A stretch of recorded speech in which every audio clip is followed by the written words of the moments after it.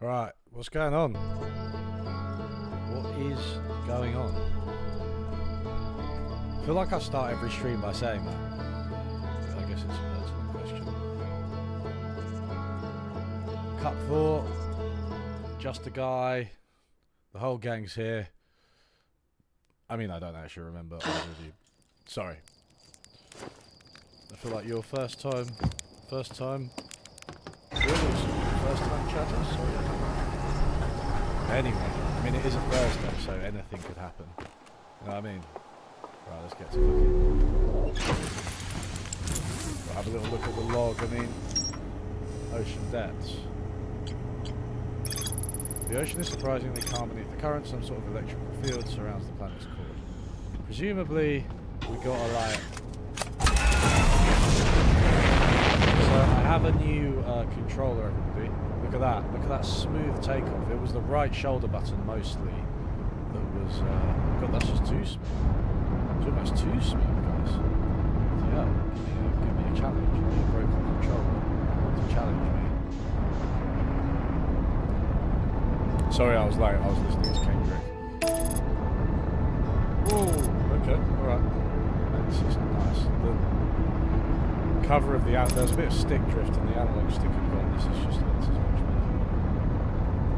Because I'm a moron, I had paid quite a lot of money, like possibly 100 quid plus, for the Elite Xbox controller. This one, which looks kind of cool, but like I don't really know what the point in it is, and then it just broke. It was a few years before it broke. this fucking anti-clockwise? Whoa!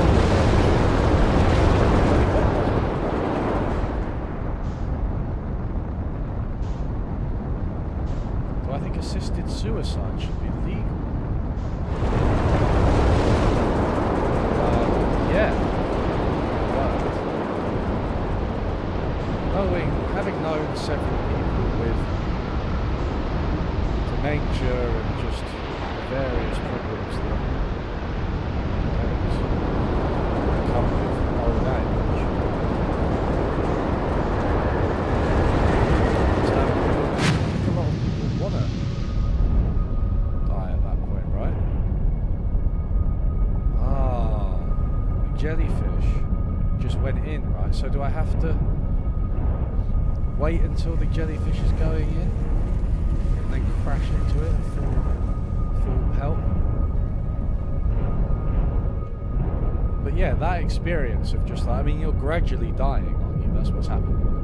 You're like parts of your brain are shutting off, parts of your body are shutting off. Existence becomes less purposeful, less enjoyable, more painful.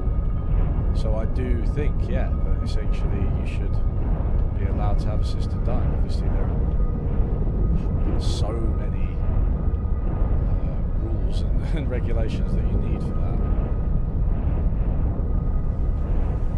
Wait, cool.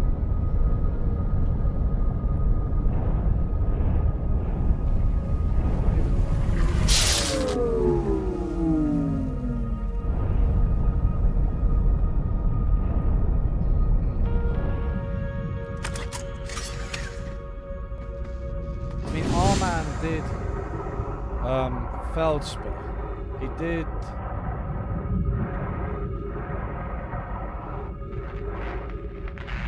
did crash into a jellyfish. Right? This is what we want. But I'm trying to figure out, are we crashing into a jellyfish or are we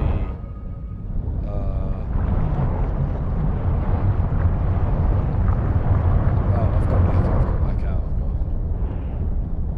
Game audio is louder than mine. 1 second. Wonder if it's... Oop.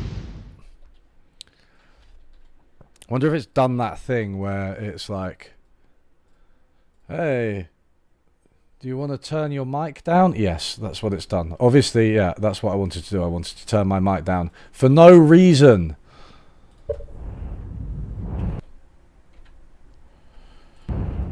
My mic.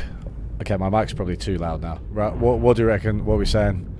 Is that better? I've got to get the anti-clockwise storm.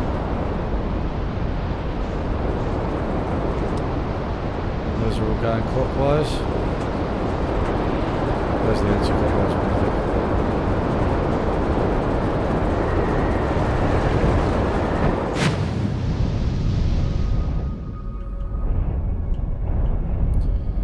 Thing is, I feel like I can't go that fast.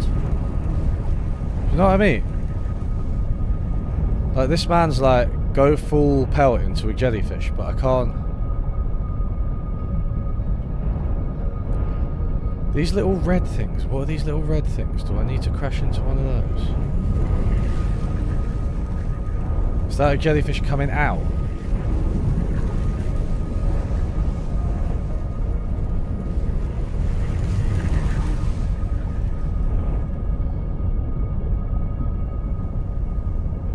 Game audio is still loud. Mate, is it like... How can it still be loud? What's wrong with the fucking balance here? That's stupid. It's on like 6.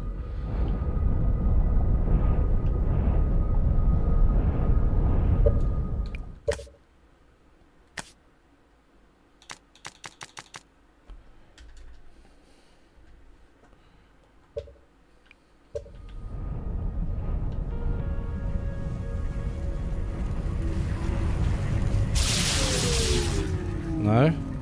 Going into one of those things doesn't help.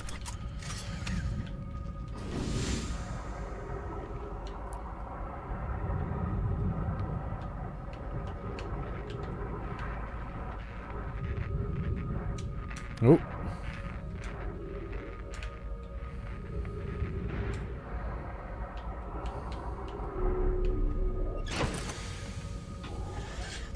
Oh, good. Thank God. So...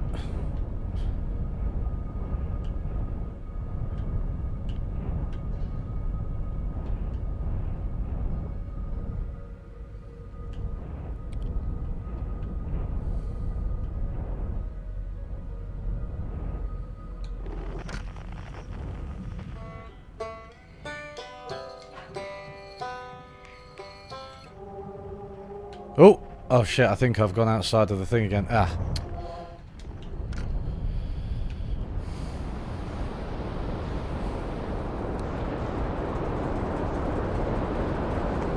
Clockwise, clockwise, clockwise.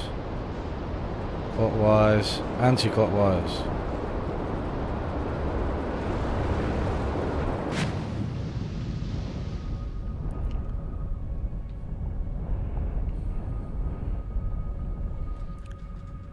I'm going to turn it up slightly for myself. If I need to turn it down for you guys again. Look. This one's coming up. Do I just go... Maybe crashing into a jellyfish isn't the best thing to do. But it really seemed like Feldspar was saying to do that. Wait a second. Let me check my log. I'm going to consult my log.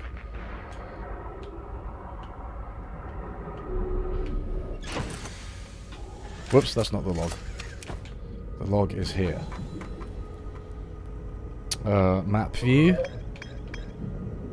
Brittle hollow. Dark bramble. Frozen jellyfish. Their attempts to eat this enormous jellyfish in the ice. The outside was all rubbery and tough, possibly because it insulates the jellyfish's insides from getting zapped by electricity. Feldspar decided to venture into the jellyfish's interior cavity to see if it tasted better on the inside. After tasting the inside of the jellyfish, Feldspar concluded that these jellyfish are only useful for insulation from electricity. Feldspar is alive. They crashed their ship and are now camping inside a huge anglerfish skeleton. Feldspar doesn't think my scout trucker is wrong when it says my scout is in two places at once. They have a theory that space doesn't work the same inside Dark Bramble. Feldspar doesn't sound overly eager to return to civilization. They've been enjoying the relative peace and quiet. The Nomai warped to this solar system in a spaceship called the Vessel. They were attempting to follow a signal from the eye of the universe. The vessel crashed somewhere in Dark Bramble. The vessel's warp core broke when the ship crashed in Dark Bramble. One of the 3 Nomai escape pods never made it out of Dark Bramble. I actually haven't found that.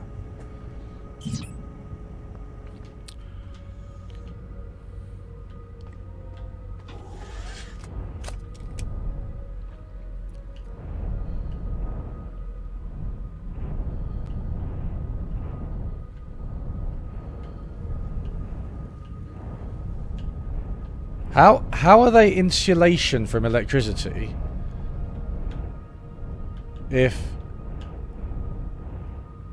Ah!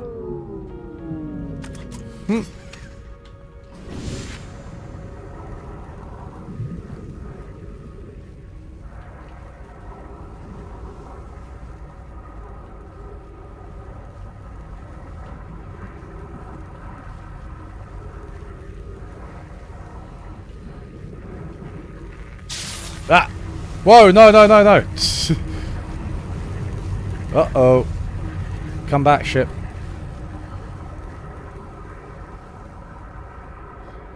You know, I definitely... This has convinced me, this game. Despite not being a horror game, I do think it would be quite good for me to play a horror game on stream. Because I quite like horror. But I can't do it alone. Is this ship going to explode? Yep. Good. Well, well, well. Fuck's sake. Oh, jeez. Is Friedman-style libertarian economics still relevant in the West, with the right becoming increasingly populist and protectionist? No, and I think it's really interesting, right, because there are a lot of ways to critique that style of economics kind of on its own terms and on, like, purely economic terms. In terms of, like, the fallout from trade, right, and hollowing out you know, communities that relied on manufacturing employment in particular, and reinforcing inequalities and the way trade deals tend to favour corporations and the global rich in practice. There's all of that.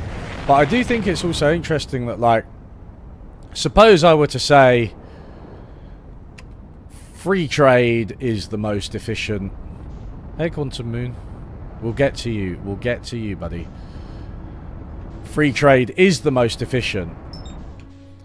I still don't think that's a good argument for it, because even if you grant that free trade is best for the economy in terms of like GDP and consumer goods and prices and productivity, using resources in the best way possible, even if you grant that, the politics of free trade are no good, and they're also such that it's going to lead to a populist backlash because of these problems that it generates. So I don't know if free trade necessarily is the most efficient. I think that's often assumed rather than proved.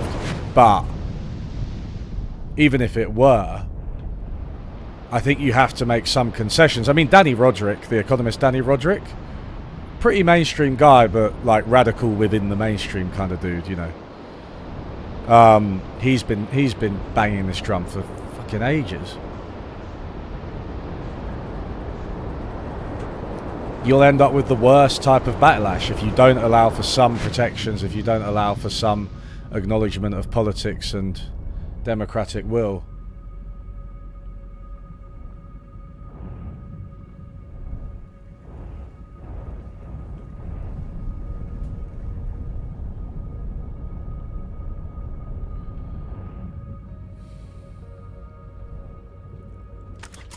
So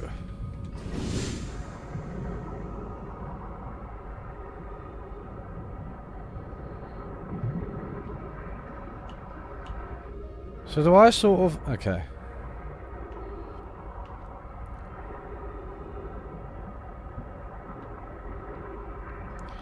Can I go all up in this jellyfish? Up here, as a person, as a simple alien, non-binary person. Hey, look! Can I just like hang out in this jellyfish? Man, that's pretty sick. I can literally just hang out. See what happens.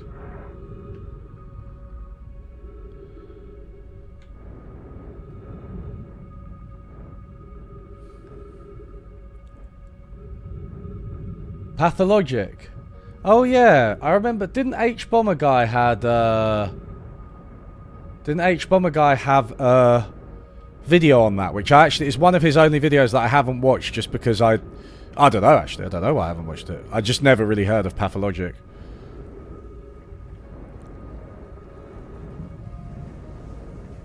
No species of jellyfish produces electricity IRL. Is that so? How do I know when we're going through the thing? It does feel a bit like it. Oh, good lord. Something's happening. Oh, yeah, okay, you can tell,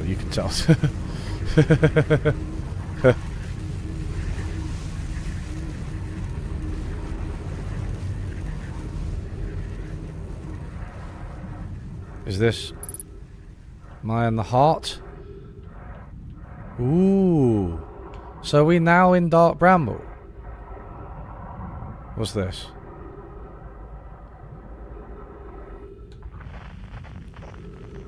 Is that their escape? Is that a Nomai escape pod? Or... No, it doesn't look like an escape pod, does it? It looks more like a... don't know, part of a bigger ship.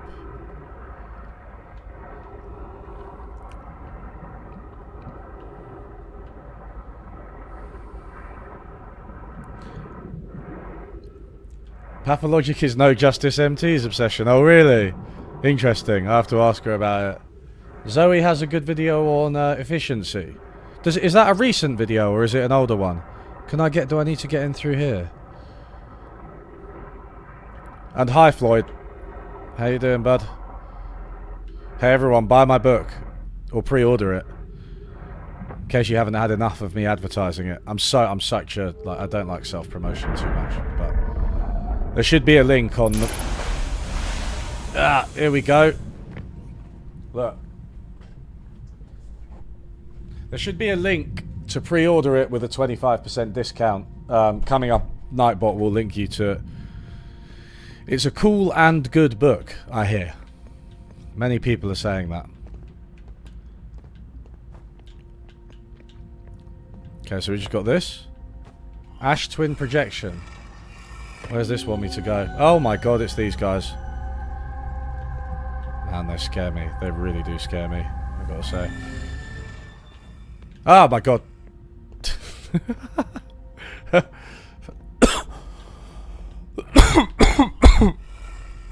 Bloody hell, right, what's going on here? I have exciting news, Privet. The Ash Twin project is almost prepared to receive the probe data from the orbital probe cannon. Raimi is adding some finishing touches here, but she'll be finished soon. Are you and the orbital probe cannon well? We are. The statue here in the probe tracking module is ready to record each launch's flight trajectory and will automatically transmit all the relevant data to you. On the other appendage, I'm now worried about this cannon's structural integrity and its crew's moral integrity. Once the probe determines the location of the Eye of the Universe, I'll send an alert directly to you and Raimi. Right. So they were using that probe. Right. Okay, here's another one. Oh my god. What's going on here? Is this... Yeah, this is that... I've been in here, right? I've been in here. That's the orbital probe cannon in orbit of Giant's Deep.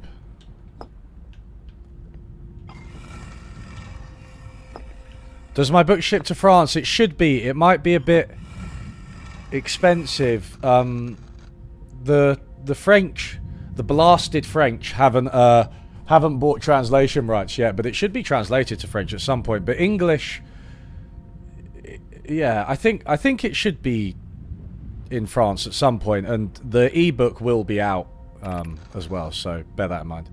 Imagine, Privet, the probe tracking module will be the first to know the coordinates of the Eye of the Universe. You'll be the first to see them. I am honoured and terrified. You won't ask the orbital probe cannon to use so much power that it breaks, will you? Fret not, my nervous friend. We only need to fire the probe once anyway, so who minds if it compromises the orbital probe cannon's structural integrity slightly? I would mind, Mallow. I would mind, because we won't be capable of receiving our probe's data if the probe tracking module is destroyed. But it is destroyed. Is that...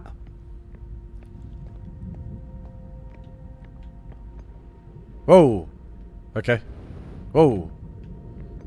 Oh, we've got more stuff to look at. So, is that... We don't see it... When we first wake up, we see the orbital probe cannon get destroyed, but I don't think that's it launching, is it? Because it just gets hit by something. Maybe this will give us some answers. Okay, here it is.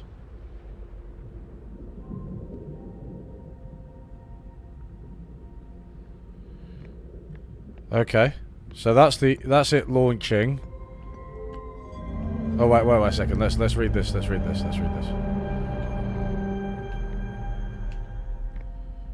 Wait.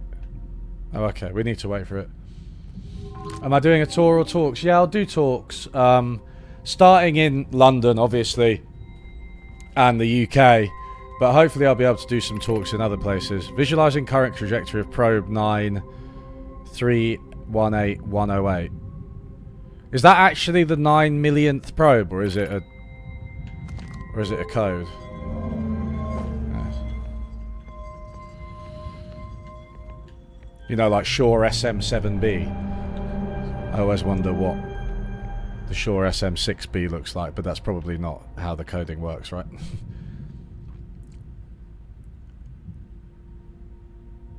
You've been summoned. I haven't been there because the door to that section is broken. Ah! Oh man. Oh my god. What the fuck is going on here? So this is the eye. Is it? Is that the Eye of the Universe? It's being all spiky. Oh. Retrieving previous launch data from Ash Twin total number of probes launched. That is the total number of probes launched. Deep space anomaly matching all known criteria for the Eye of the Universe found by probe 9,318,054. That is crazy. Wait, so they actually reached it. But when they reached it, did it wipe them out?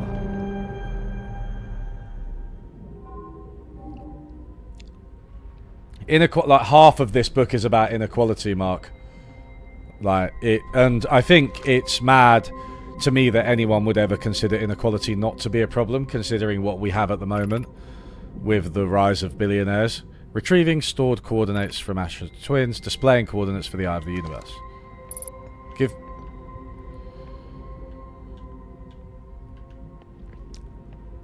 I think this seems like display. Oh, okay, the coordinates. All right, this is. But I can't read that. Can I read that? I can read that. Where's the... Why doesn't it allow me to use the translator? Isn't that just know my writing?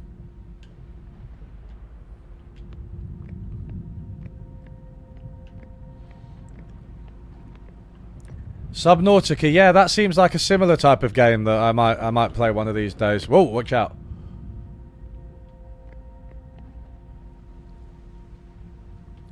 The door to that part is broken. So how the hell did I get in there? Do I need to go to the... Okay, so I know about their failed launch of the... Whoa! Okay. Okay, no, that's fine. How do I get out of there? Is it...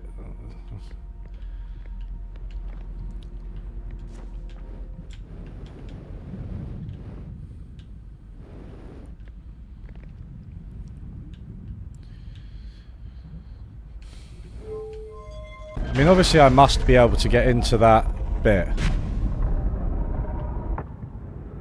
Ah. Hey, thanks, Kiloob. Do I have any advice for somebody planning on pursuing a master's in some kind of economics from a non-econ bachelor's? Oh, what was your bachelor's in? I just think that if you're not used to maths will be the hardest thing. If you are used to maths, the maths won't be that hard, actually, in itself, but then the jargon is difficult and the... Let's have another little look around. I do feel like this is the main... That was the main thing we were looking for, to be honest with you, but... Could have a little look. So, no justice. Do you think I should be playing Pathologic?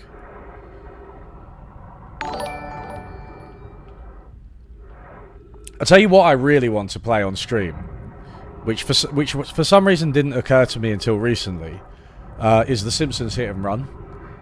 I haven't played that game in ages. I was watching a video about it the other day.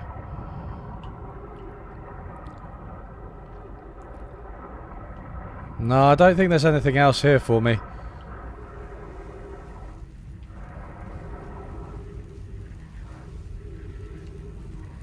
You live in Brazil?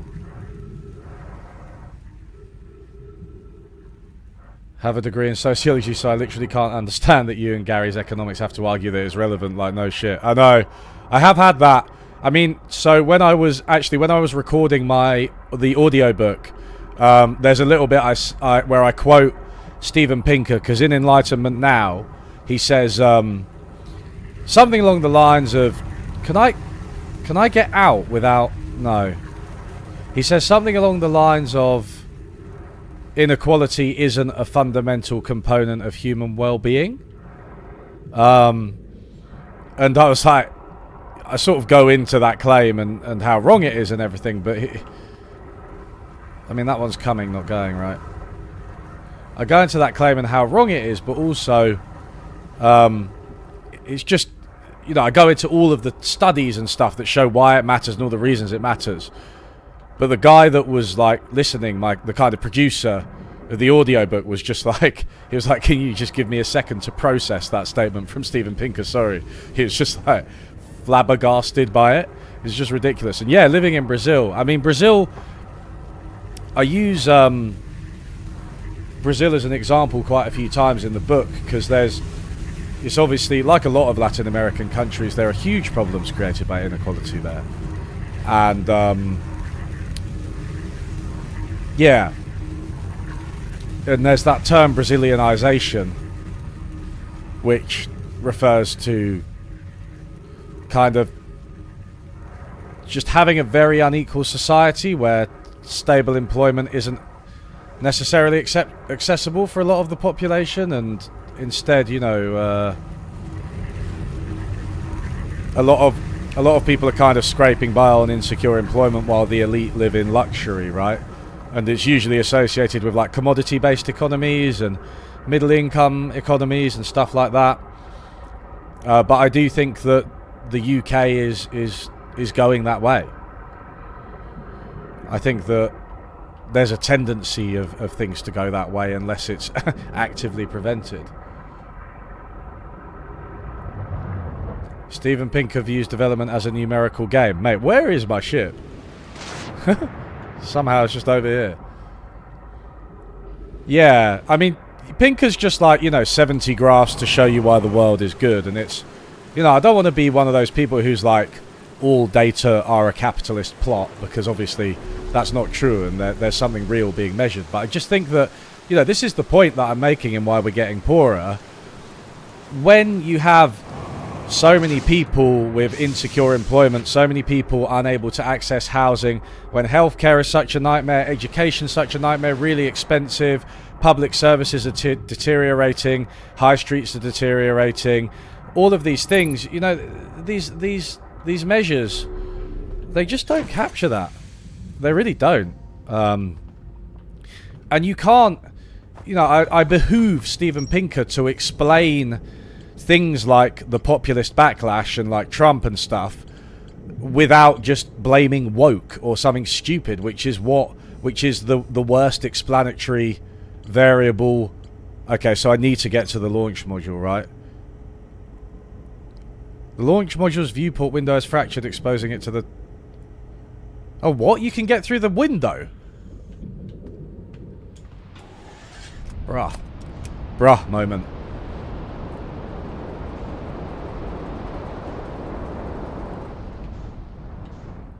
But yeah, like, if you ask Steven... I mean, what does Steven Pinker actually have to say about Trump? I should imagine it's two things. One, he'll be, like, doing a kind of weird... He'll be doing that kind of weird elitist sneering, right, at him. And then two, he'll be blaming woke, right? Bloody quantum moon.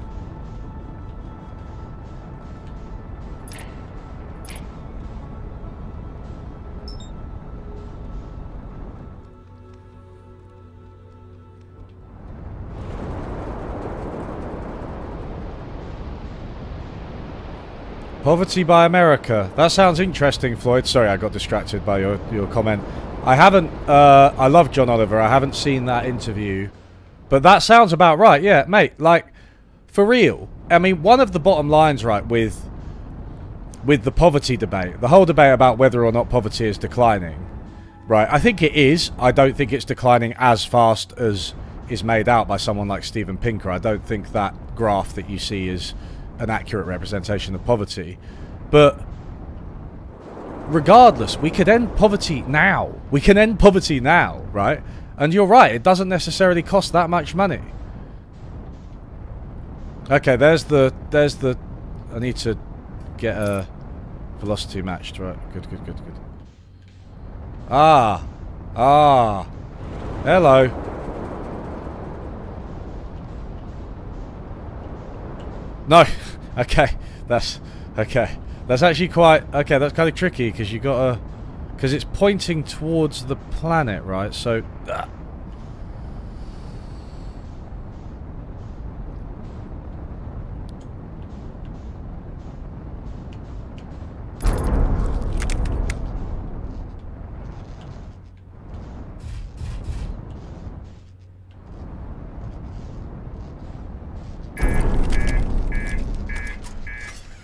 Oh shit, am I gonna is my ship gonna explode now? If the ship blows up, will it blow up the, Look.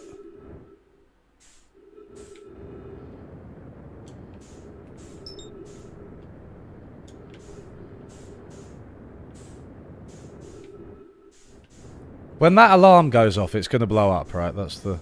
I mean, the sun's going to explode in a minute anyway, so... Oh, come on, man. I really thought the shit was going to blow up. Is it... Is it not going to? Do I just have to fly in? Is that not...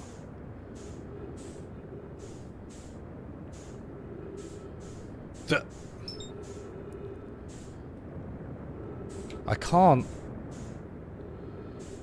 do anything, and I don't even have the excuse of a bad controller this time.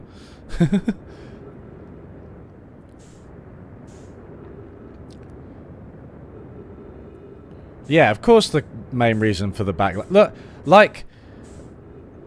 It's been since fucking the 2008 financial crisis. Like...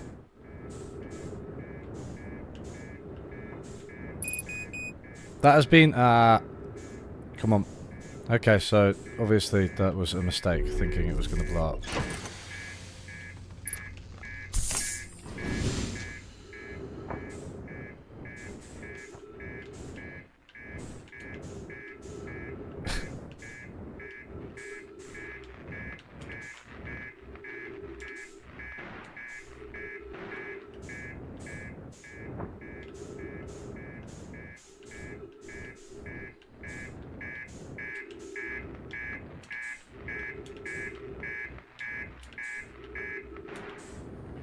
Oh! Oh no.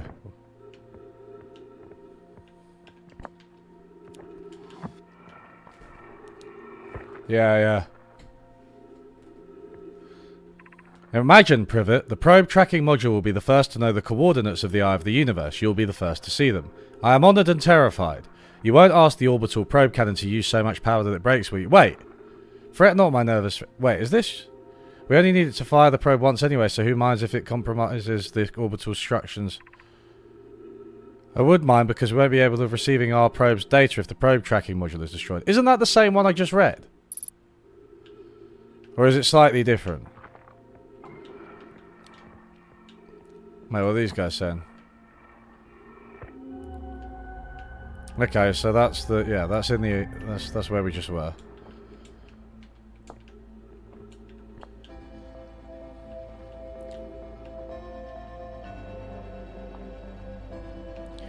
Yeah, I agree that academia is way too abstract these days. I do think that's true.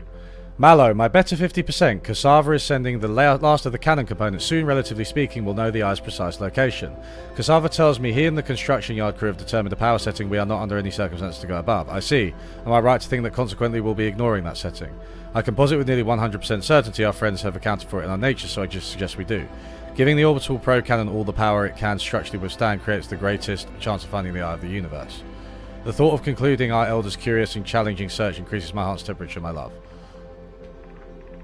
Yes, the probe must travel as fast as it can. I'll make adjustments.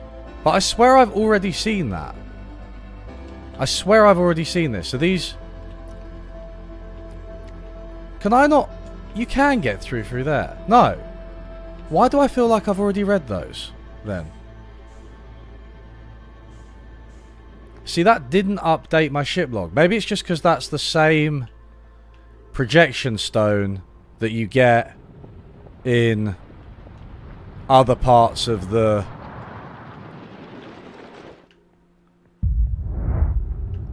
other parts of the space station, of the orbital probe cannon. Right? That... This can't, that's broken, right? So you can't... I don't think I can do anything more in here.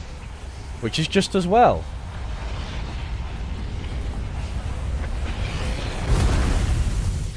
It's funny that bad behaviour on the left is the fault of the left and bad behaviour on the right is also the fault of the left. Literally, like... It's literally like the most infuriating fucking thing about modern politics. It's that anything that, like, right-wing people do has somehow been provoked by the woke left, right? And then everything that left-wing people do is obviously their own fault, and nobody says, oh, well, that's been provoked by the right. It's just ridiculous, right?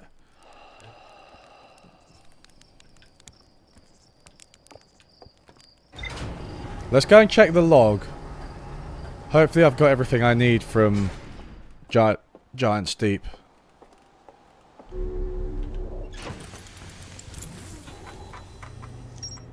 Yeah. The control module recently received a request from the Ash Twin project to launch the probe. The cannon was aligned with a randomly selected probe trajectory. The probe was successfully launched, but the cannon's structural integrity was compromised in the process. Damage is detected in multiple modules.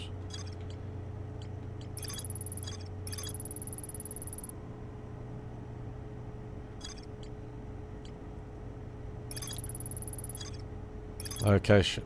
Marking the location of the Eye of the Universe. I mean, do we need to build an orbital probe cannon?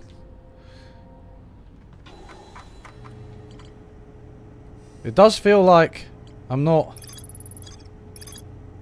I passed through the electric barrier, construction yard, Feldspar's camp, frozen jellyfish, dark bramble seed.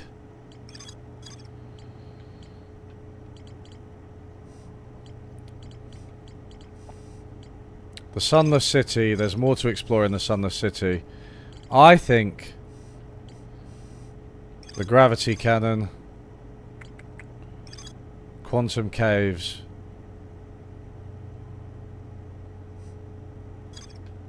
quantum moon locator,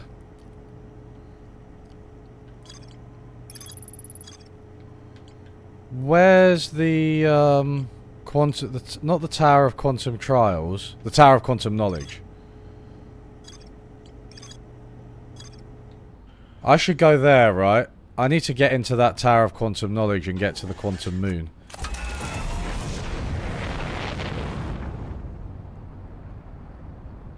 I have the coordinates, but I don't have any way to... I have the coordinates, but I don't have any way to use them right now, right? Although there is a gravity cannon on Brittle Hollow. Whoa! Oh, God. Of course.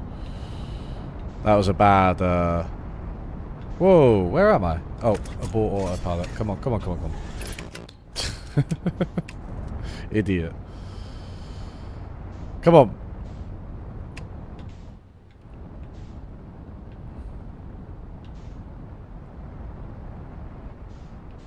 Mate, what the hell is going on?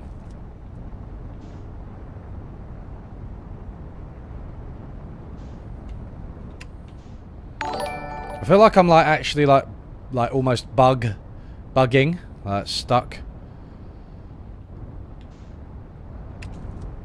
There we go. Oh my God. Jesus Christ, dude. Man, these trees are not the one. Get me out of fucking... whatever my home planet's called. That was chaos. That was... There's a new Outer Wilds. There's the DLC. Do you mean the DLC or do you mean something else? Impact of the incoming military spending in Europe. I mean, I think it would. Military spending is often, it stimulates the economy and it is a source of technological innovations too. I wish we lived in a world where we could just do that without without spending on the military. But I mean, I obviously sympathise with with more so than any other military efforts in the past. I sympathise with, or most other, I should say. I do sympathise with the current efforts to increase European military spending. I think that there's an obvious need for it, given the threat of Russia, what they're doing in Ukraine, and obviously the withdrawal of the USA and the fact that they are clearly kind of semi-allied with...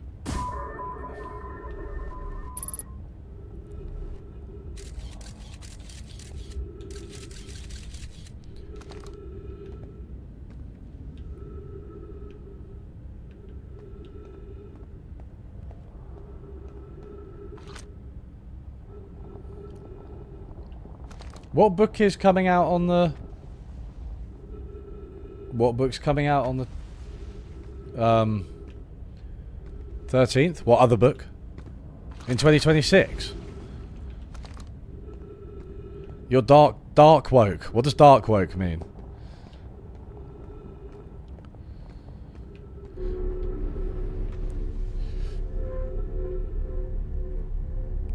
Nobody can define woke properly, right? Like I can offer a good definition of woke. I think that like is similar to it. You know, it is. I don't think I want to go through here, right? Because that's not. I've got to get to the quantum schmiggly. Above you stands the. Yeah.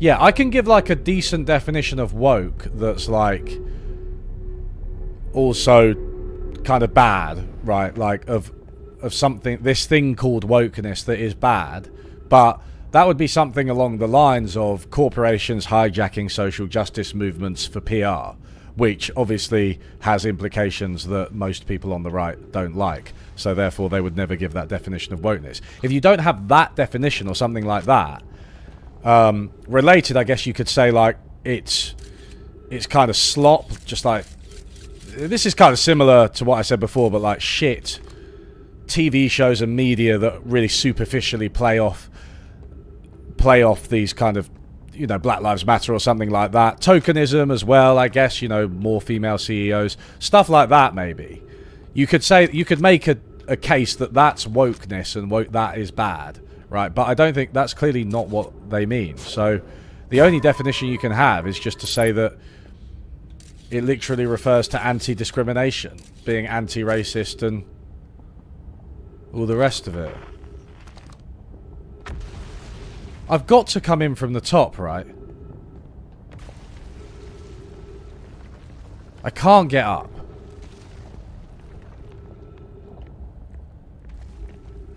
Liberal identity politics. I mean, yeah, maybe that's kind of similar to the corporate hijacking of PR, right? So, like, yeah, superficial stuff. I guess you could say.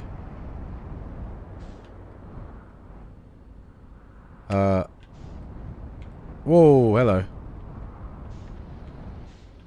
Can I just like... Can I... What, I just keep trying to smash into things. Because somebody once told me that that's how you get through. Come on. Oh, no. That was... I don't think I hit that anyway, but let's get out and sort some stuff out. No. No, don't.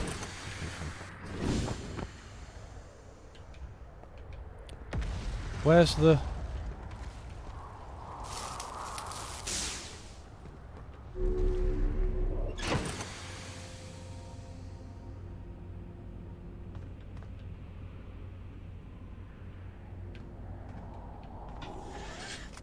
Oxygen tank. Oh, I've got to repair more stuff. You need 0G.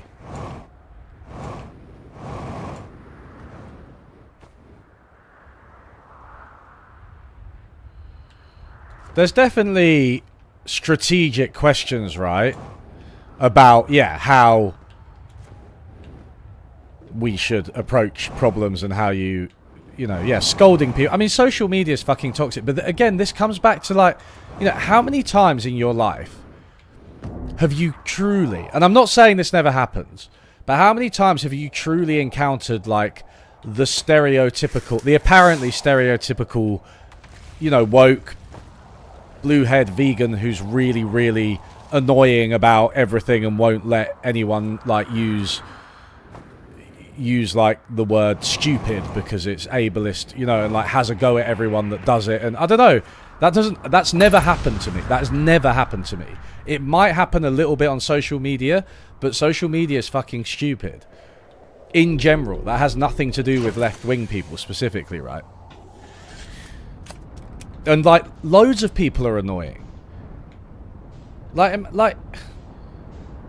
gun-toting right-wingers. They're fucking mental. Who wants to be around those people? They're at least as annoying as fucking woke SJWs or whatever. I don't think this is... I don't think I'm supposed to crash into that. I just can't. Alright, alright, alright. Alright, there's some serious repairs needed.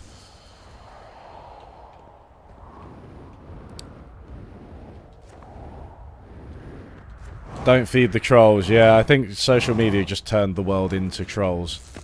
That's that. Did you watch that video that was like... Was it called like I am begging you to stop caring, the troll industrial complex or something like that? Pretty decent video, I think it, yeah. But it's... I think the problem is, right, it's just... You can't ignore powerful people saying things and doing things, right? It's like, what... Are you just going to ignore Elon Musk because he's a troll? Like, no. He's putting his vision of the world into action. And that's like the difficulty, right? You can ignore, like, annoying people on the fringes. It's really not difficult. I think the only reason people get so annoyed by them, especially since they're half imaginary, is because they feel guilty about these issues. Like, why are vegans so annoying? Vegans are annoying because they fucking raise difficult questions for you. Oh, the oxygen tank is still damaged.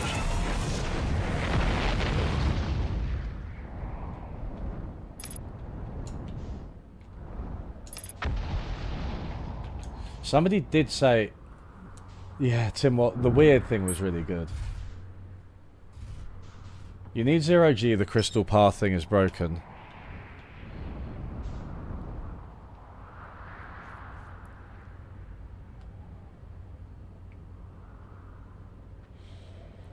I wonder if it has to do with the gravity cannon. Because the gravity cannon's still undiscovered as well, right? So, I mean, let's go to the gravity cannon. Maybe I just go down through this bit. Does the gravity... Where is the gravity? Right, let's try and find it. It's not too far away.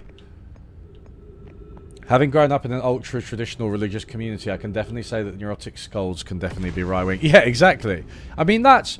What's really interesting, actually, is that a lot of the original anti-PC stuff kind of came from the left because it was quite anti-religious. So a lot of the offended, are you offended? If you, like, look, even in the 90s, it's like, yeah, sure, it's been directed towards social justice and everything, but also... is there? I don't know if that's... Man, we're too late in the game here, right?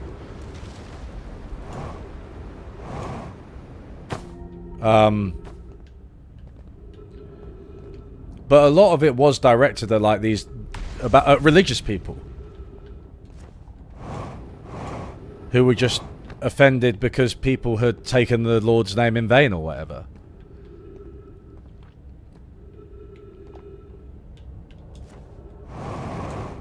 Mate, it's so nice having a working controller. There used to be like about a 10% probability that I'd just fall. Okay, I don't think this is the way to the gravity cannon. Certainly not the easiest way. It's literally on the other side of the planet.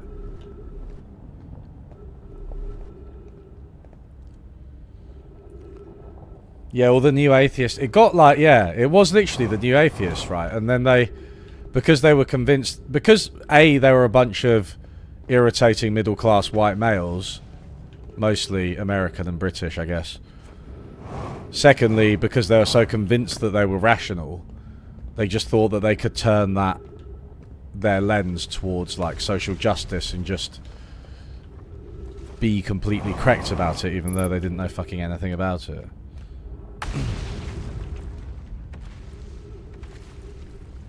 Hi, Connor.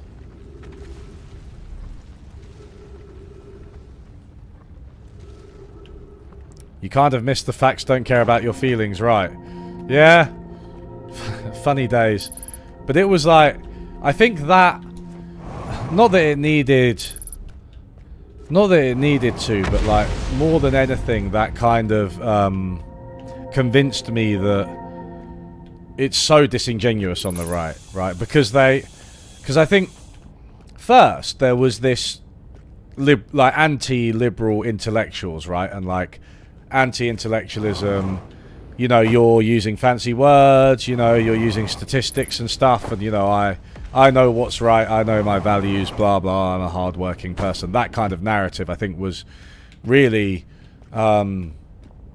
big on Fox News, right? And people, they hate being spoken down to and patronized by the liberal elites and so on. And you know, that's kind of fair enough in a way. I do sympathize with that a bit.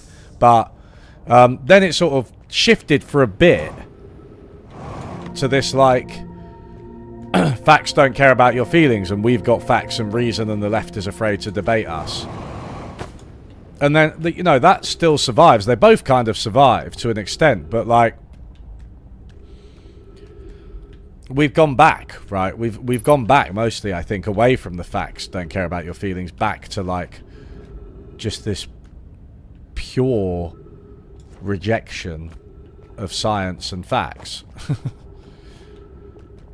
So it just seems like they'll use whatever they can, whatever they want to get ahead. Like, they don't care about consistency, don't care about facts. And yeah, that kind of convinced me.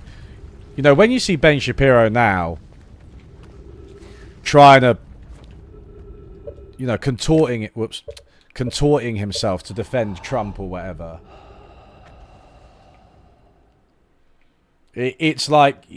it's just ridiculous, right? You think he's just so compromised, and he knows it. He must know it, because he's not stupid, that guy. He is not stupid. But it's just like,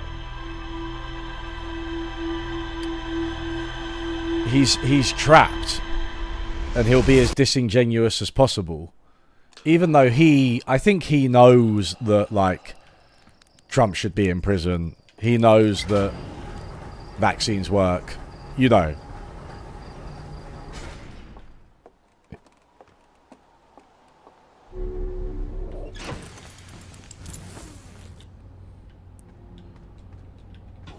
But although he won't embrace anti-vax talking points directly, he'll do his best to provide cover for them or distract from them with other stuff.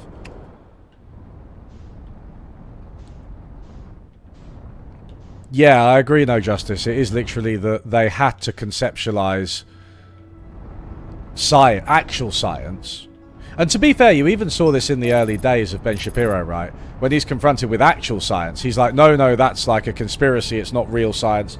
You know, real science is kind of what I say it is.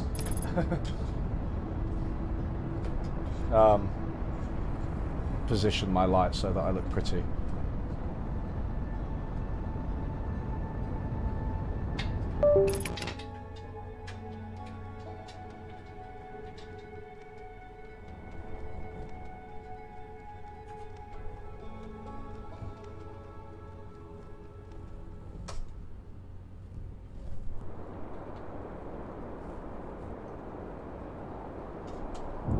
Oh, that was a pretty good landing. I was fucking fiddling with my light. Didn't even do anything. That's the best way to land. Just let go of the controller. Okay, here's the gravity cannon. Right, what's the gravity cannon saying? Okay, you can get into it easily. Nice, nice, nice. Okay, have I got my suit on?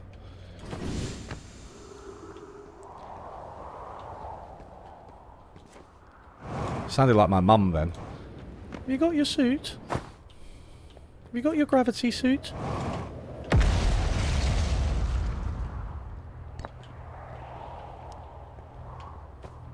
So this is still on Brittle Hollow. Is this the Tower of Quantum Schmigley? Right, okay, okay. Well, there's a bloody hint. If I've ever seen one. Okay.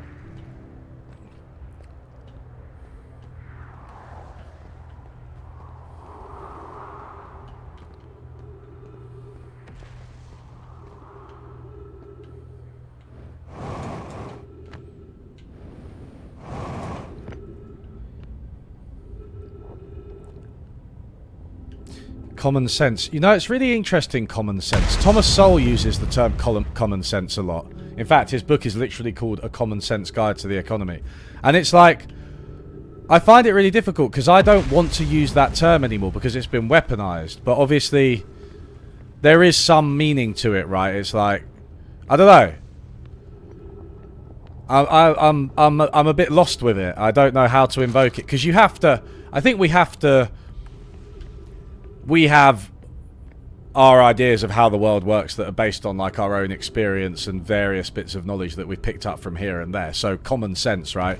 And we probably interpret the world through that. And sometimes we check a scientific finding against that. Like the shuttle is currently resting on the quantum moon.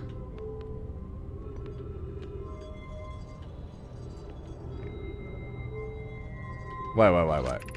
Activate the gravity cannon. Call the shuttle home.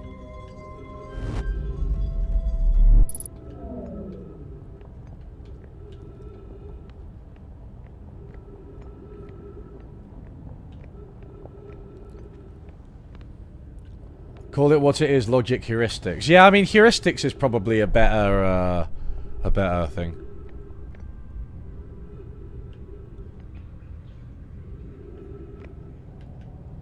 Yeah, heuristics. We use heuristics. As a behavioural economist, I should have thought of that. Did anyone watch my lecture on behavioural science?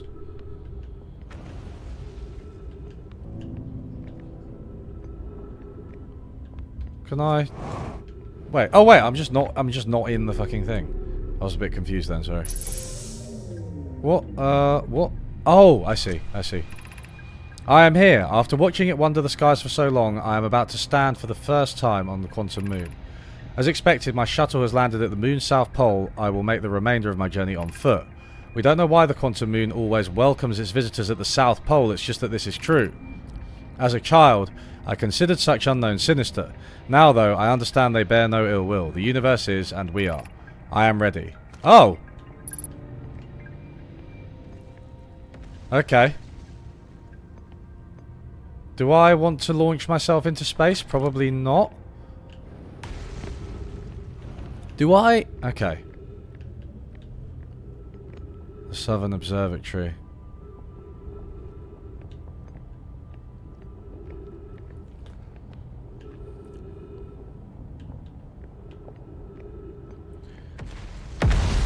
Is it an old video? No. It's recent on this channel. It was a lecture I gave at Cambridge, and I thought I'd record it and upload it.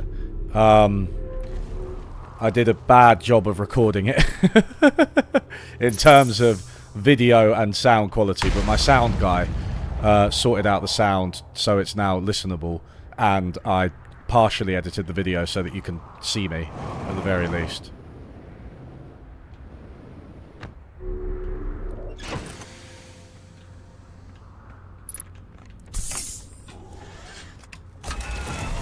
We will hesitate not 1 second more.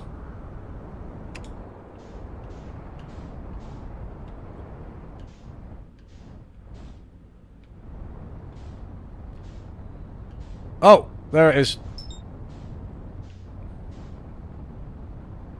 Okay. Now, where is the South Pole of this blasted thing?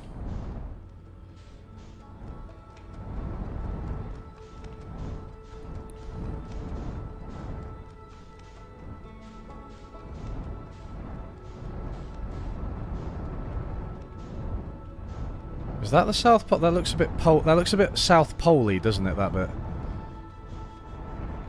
But what is south? That's what I want to know.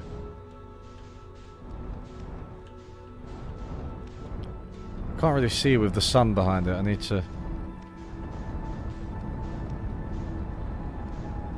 come back.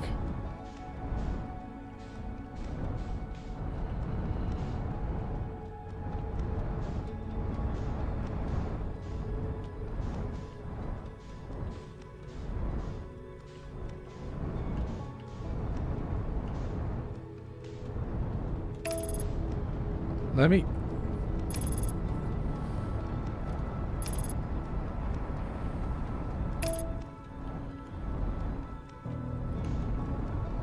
I feel like I'm having trouble... I can see it once you get close enough. Is that looks like the South Pole, doesn't it? Does that look like the South Pole? maybe not. Oh shit, fucked it. Huh. Come back, Quantum Moon. Is it over there? Is that it?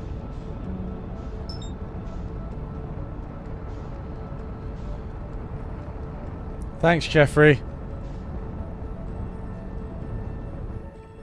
Thinking fast and slow. Hi, Josh. Thinking fast and slow. Yeah, it's, you know.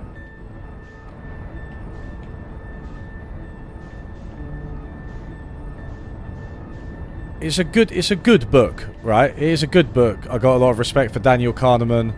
It's probably longer than it needs to be.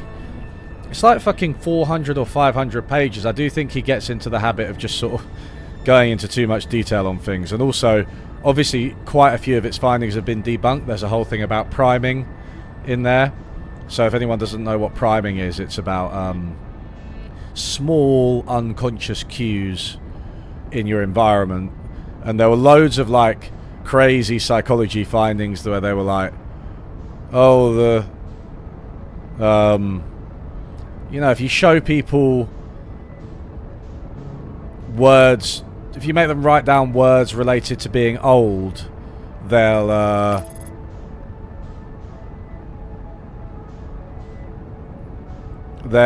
walk more slowly after the experiment or whatever. And it was just like such nonsense, like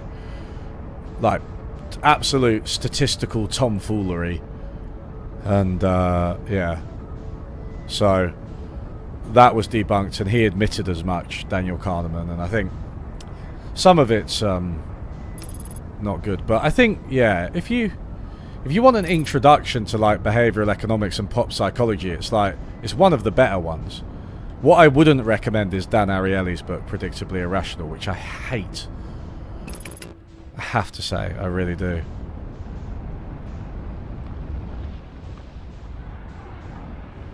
Oh, shit! Oh my god, I've bloody almost gone into the sun. Then I've lost the Quantum Moon. Now this is the danger. This is the danger that we all face.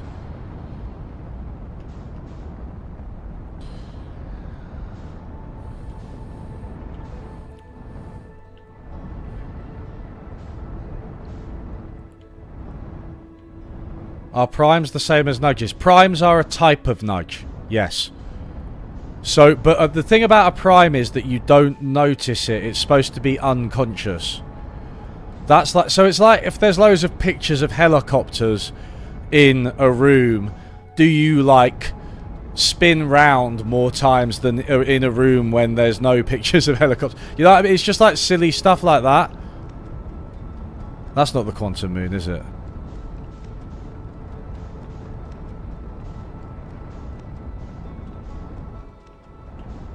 Jeez.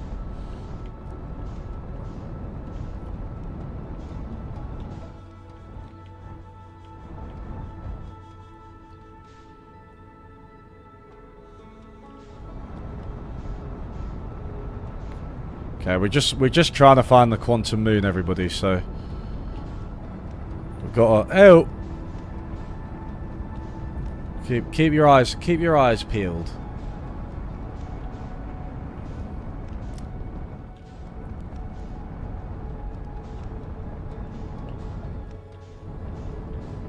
I don't want any of you not to have your eyes peeled, I can tell.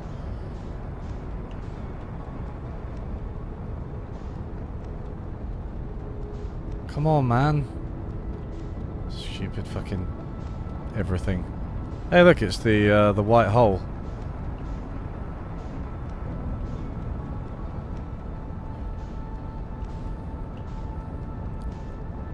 Surely the Quantum Moon must be within my vista when I'm seeing the entire solar system.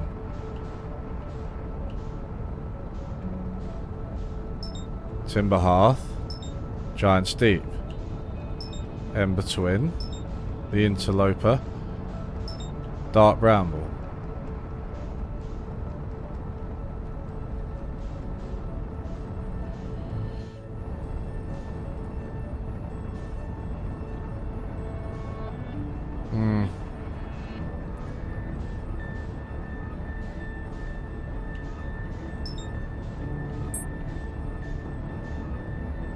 Can't seem to find it.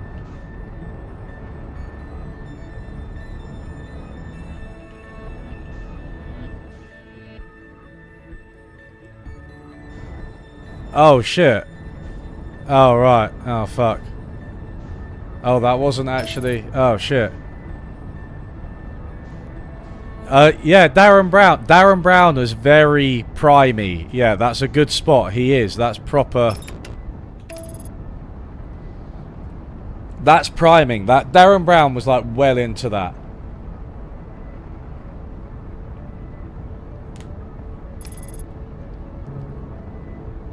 Yeah, behavioural science is it's interesting. It's like obviously really valuable to understand behaviour, right, and to use the proper scientific methods to approach it. I think a lot of the theories are really valuable. I do think that I'd prefer that richer definition of behavioural economics that dates back to like Herbert Simon, which is very, very much related to like organisations and how they function and everything.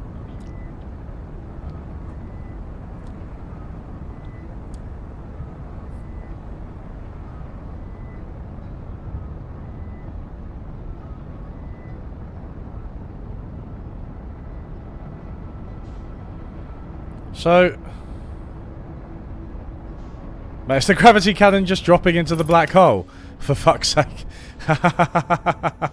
That's so shit. Oh god, that's so funny just watching it descend. Wait, let's always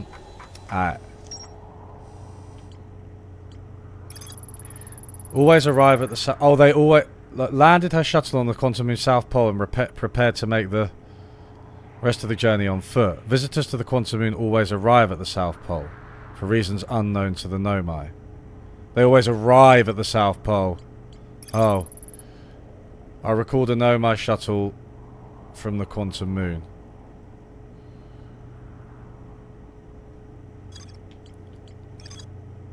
There's more to explore. Oh, okay, so I do need to... I think I need to... Let's go back there then. Maybe I can launch myself from it. That did occur to me, but then I thought, oh, you've just got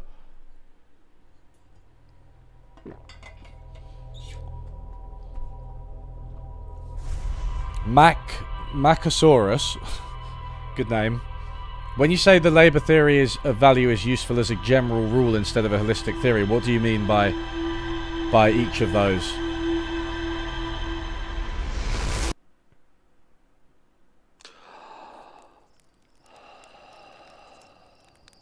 Oh, yeah, I see.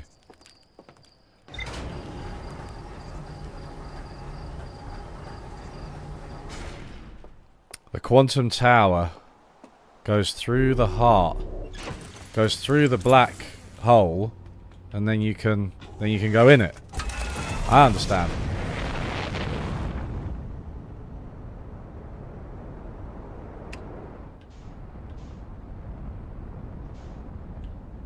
Right, let's go to the gravity cannon first, though. Oh my god. Jesus Christ, dude.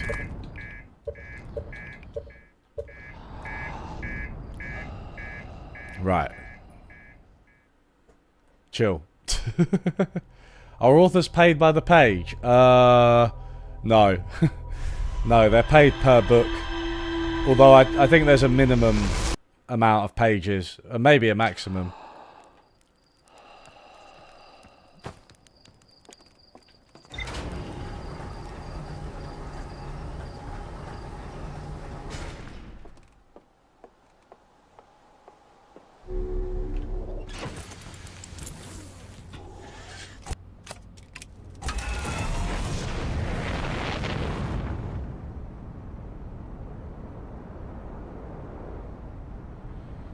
Okay, good.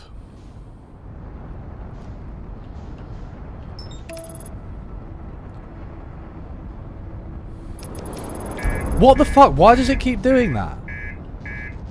Mate, I was well far away. Fine. Right, I'm gonna repair instead of restarting. I mean, autopilot is just increasingly bad as you go through the game, I think. Like, it feels like the more sure you are of where you need to go and what you need to do. Oh my god. Okay. Jesus Christ. Oh dear.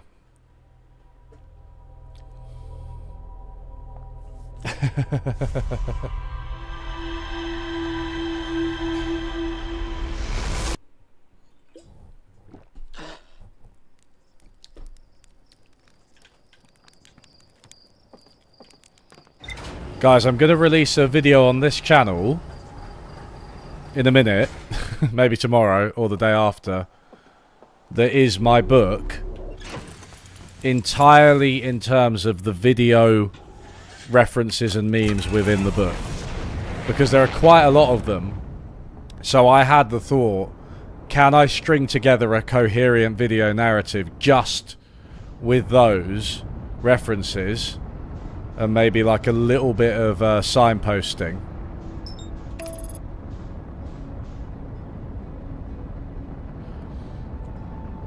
A couple of interviews and explanation points, a few block quotes. And the answer is, I don't fucking know.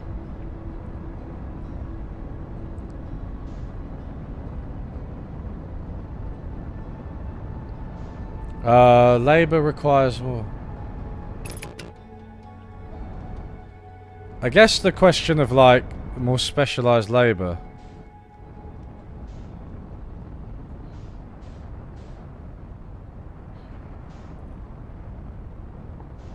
I mean, the labour theory of value captures like quite a solid intuition, I think, which is like labourers do something, right? Like they act, like they're physical muscle movements or you know, whatever actions that are engaged in by labour, versus owners don't necessarily act in the same way. And I think that makes sense, but I do think that once you start, you can ask quite a few questions about that cause it to break down as like what you would call a holistic theory. So one is, I think, for me, the truth of labour is like the application of energy, but yet there are applications of energy that don't come from labour, including all the energy we get from nature, like crude oil, solar power and stuff. A lot of machines that kind of run on their own, more or less, and produce what I would say is a lot of value, like an air conditioner.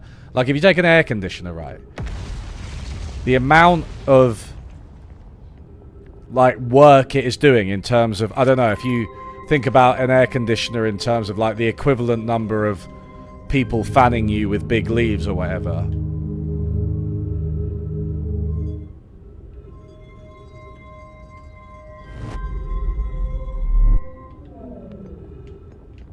Can you...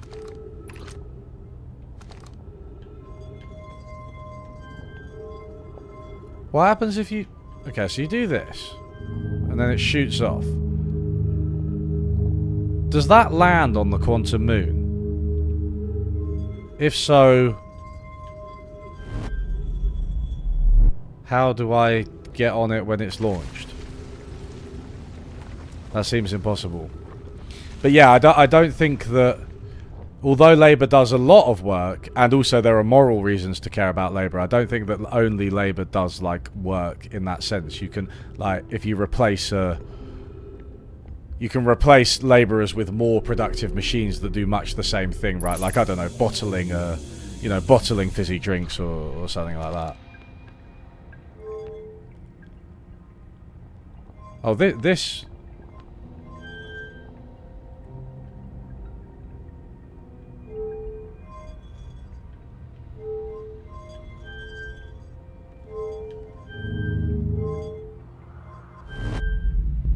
Wait, what the fuck?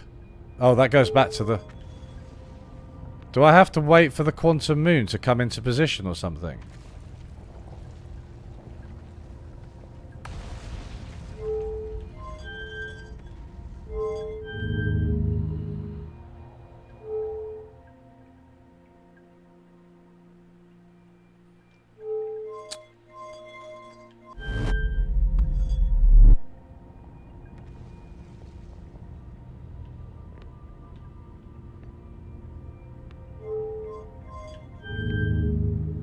Those look like quantum moons from the... What does this do when I'm...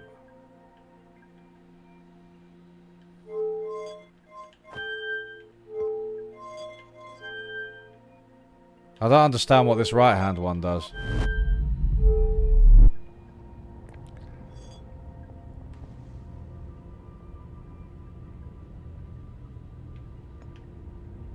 What happens if I turn away? Can I still see it? I can still see the quantum moon.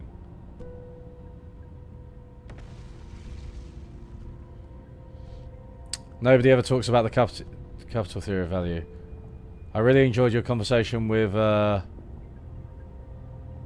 Jason Smith, by the way. Emergence is something I haven't seen economists talk about nearly enough. Oh yeah, mate. Jason's great. I really would recommend following his work. Going back to like his old blog and... Does that like stop? So that stops you, I think. His old blog and his paper about information equilibrium, really interesting stuff. Did you endlessly... What subjective factors do you feel aren't being explained by the Labour theory of value? Subjective human factors. So I do think that, like, while I don't believe in the narrow individual conception of subjective value and that, like, choices made in the market are always optimal, I wouldn't want to reify the choices made, right? It's not like just because somebody buys something it means that they definitely wanted it and that was the best use of resources. Clearly, there are lots of counterexamples to that. With that said, what people want to buy, for whatever reason they want to buy it, for whatever complex reasons, social reasons, right? Whether it's like a fundamental human need or it's something more superfluous, whether they've been induced to by advertising, that does determine value in the market. Like, the more people want something, the more it will sell. And then that determines which firms survive, and it determines which labour is valuable in the first place. So I think there's an obvious, like, survivorship bias problem with the labour theory of value, right? I'm just doing the same thing over and over again. But, like, because it's only an analysis of surviving firms.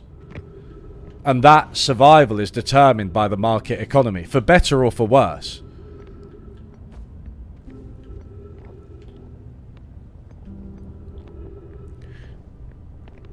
So there are subjective things, yeah, like preferences or like whatever social needs there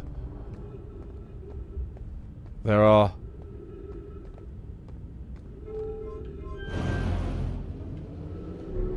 Maybe I'll go through here. I feel like I should get to the Tower of Quantum Tower or whatever.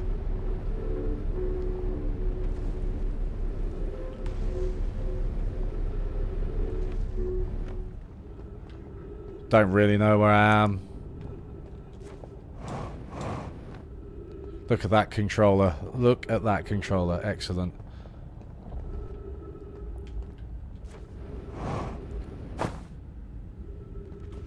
That that advert for my book is on a 22-minute cycle. Real ones no. Oh, I can't, I can't.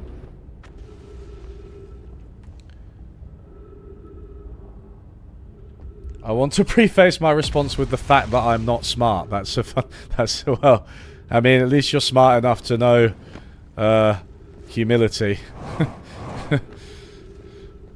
No. So yeah, value and price aren't necessarily the same thing. I agree with that, but I do think that once you acknowledge that, you do run into a problem that I do think Marxism has, where you're basically speaking in terms of abstract concepts that don't necessarily map onto the real world. And so it's quite difficult to know whether or not the labour theory of value is true if it doesn't map onto... So, number one, yeah, I think Marx himself is pretty clear that, you know, because of labour hours aren't necessarily valuable, that means that the labour hours that go into something don't determine the price.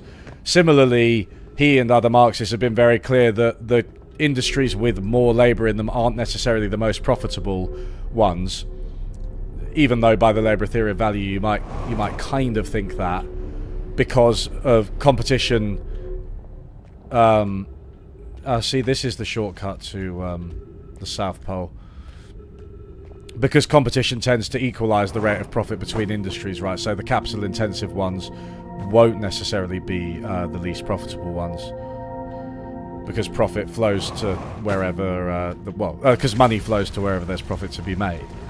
So they're clear that you can't predict prices from it, that you can't predict the most profitable industries from it.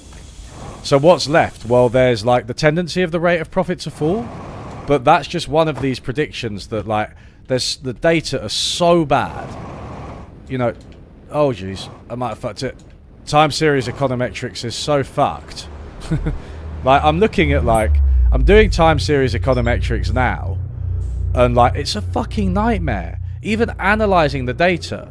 And so to have your entire comprehensive economic theory of capitalism hinge on whether a trend is like negative and statistically significant in a certain bit of time series data that's constructed, that you can construct in different ways and get different results, that we don't fully understand the properties of, that's just notoriously hard to analyse. If your entire theory of capitalism depends on that, then you're fucked. It's not a good test, right? So that's, I think, all that's left really, because I tend to agree with the TSSI, the temporal single system interpretation of Marx, put forward by Andrew Kleiman. Like, I think that's very clear. I think Kleiman, nobody likes him, but Andrew Kleiman's really good at formulating a theory very clearly and testing it. He thinks the rate of profit is falling. I respect his empirics, but I just don't think that it necessarily is once you subject it to more rigorous tests. Certainly more research is needed, which is what all academics say about everything, but there aren't enough papers on this doing this properly. And, yeah. But I just don't think it's... I'd much rather have a serious test of the labour theory of value that was like, you know, a good causal test, or just be, you know, just say, look, it's a framework. It's a framework that makes some sense based on some pretty clear reasons that I think we've already discussed. There's some historical arguments for why the transition of labour to wage labour was an extremely important event in the emergence of capitalism. I buy those. I think they're good arguments. They make sense. And just say, look, it's a framework. It's a framework that we can use to learn things about capitalism. It's not scientific in the sense that it doesn't make good scientific predictions, because this is fucking economics. This is the history of capitalism. It's too complex to be that scientific, but we have good reasons to believe it. And there are also other approaches, right? So the gravity cannon's there. My ship's there. Where's the quantum tower?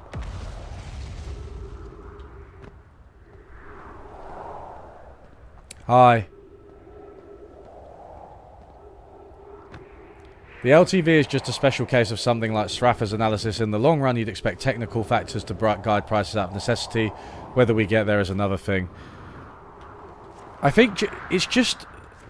output in a capitalist economy is determined by so many complex factors. And you can interpret these however you want, right? Like, so... every theory of value comes back to the same problem, that you basically end up trying to explain output by output. What do neoclassical economists do with their production function? They look at, they call it total factor productivity.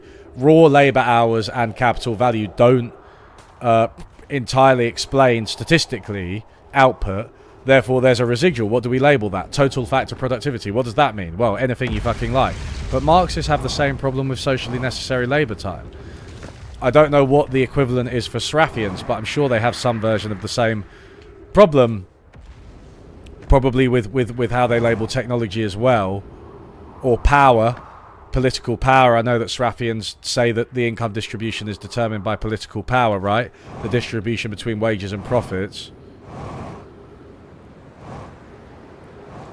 So much of it comes outside of narrowly measurable economic variables, whether it's like technology or organization or like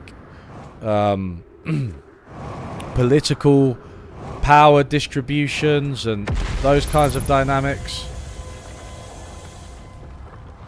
And that's just the messy reality of political economy.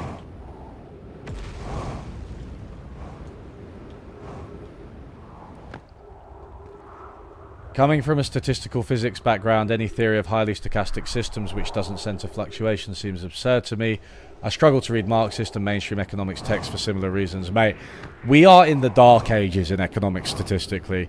Like, the way physicists deal with statistical mechanics is so much better. I mean, we mentioned Jason Smith earlier, right? Like, he's trying to bring that, and it's like, don't run before you can walk. I think you've got to infer statistical properties from the data using the best, you know, using methods like information theory, Shannon's information theory, and not saying too much, right? Saying only what you know, not like I've discovered the causal mechanism that underpins all of capitalism. I'd like us to take a step back in economics and people to stop thinking that they have the theory of everything, because we don't. We just don't. And until you have that, you've got to be very modest and humble about your results.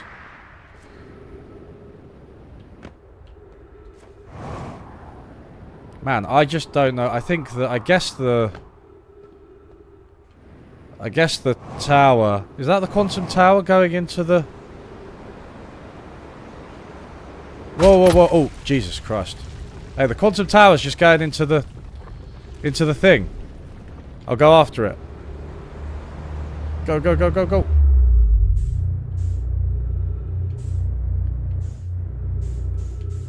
Where's the quantum tower? Is that the quantum tower?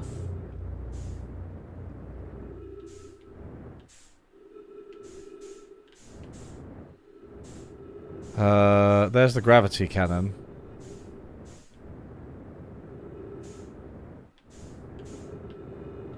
Is that the quantum tower? That looks like it. Oh, I don't think I'm going to make it.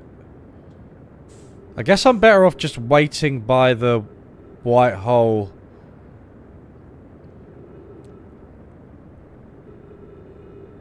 Don't run before you can walk probably applies to neurobiology. Yeah, I agree, I agree. Oh my god. This is... Oh, jeez. Oh. I made it, but not really.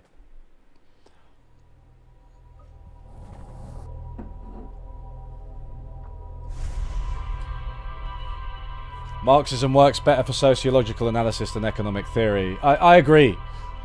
And historical analysis, right, as well.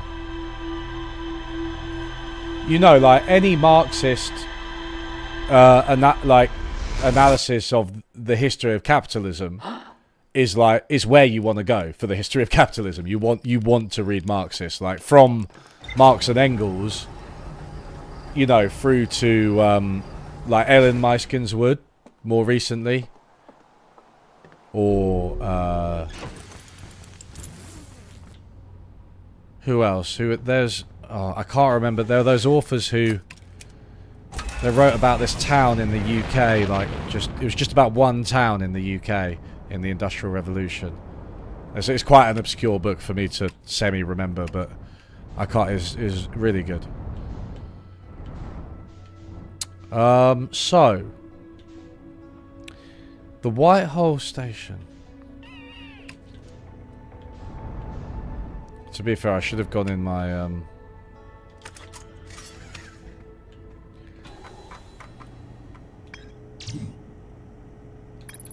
Tower of Quantum Knowledge. Gravity. There's more to explore at the... Well, I might as well go back to the gravity cannon and then probably... As the planet falls apart, I'll fly to the Whitehall Station and try and get into the quantum thing.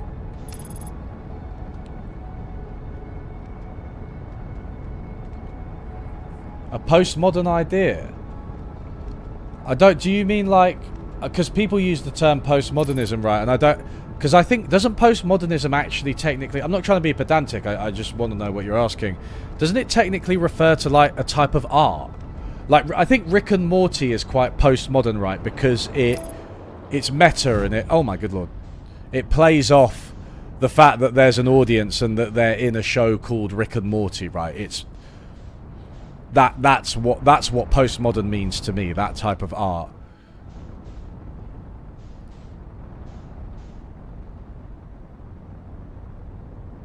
So, yeah. So but that's just art, right? So it can be good or bad. But do you mean post-structuralism? Because I think, I mean, the Chomsky-Foucault debate, has anyone watched that? I thought that was really interesting. Oh my god. Made it. The Chomsky-Foucault debate, yeah, was really interesting about conceptions of justice and whether they serve the ruling class. I definitely think that's an interesting contribution of like post-structuralism / postmodernism. Oh my god, you idiot. Okay, that's oh dear, dearie me. So I think that's worth saying. I don't think justice entirely serves the ruling class. Like the idea of justice, right? I don't think that's. I think one danger is, yeah. So this makes sense. Clearly, justice favors the ruling class, right? You have to be fucking, I don't know, delusional not to believe that.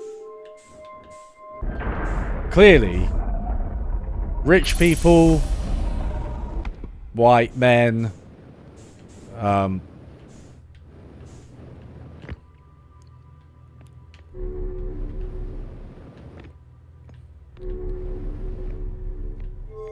and like heterosexual people, and you know, all of that, all of the usual contours that you would recognize, those are served, those are given preferential treatment by the justice system, right?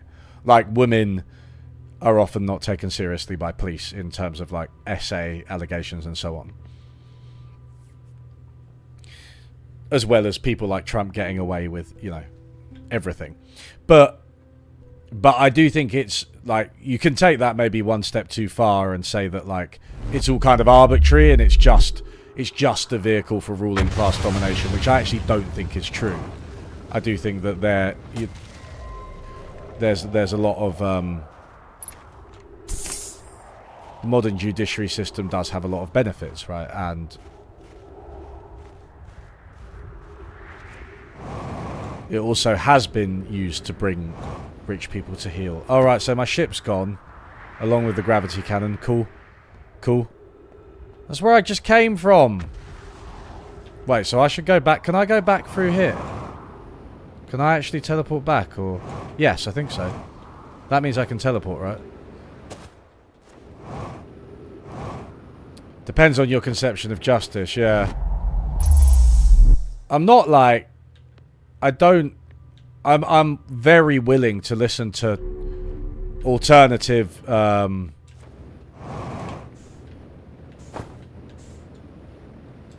ideas for restorative justice and like critiques of the prison system especially and things like that, don't get me wrong.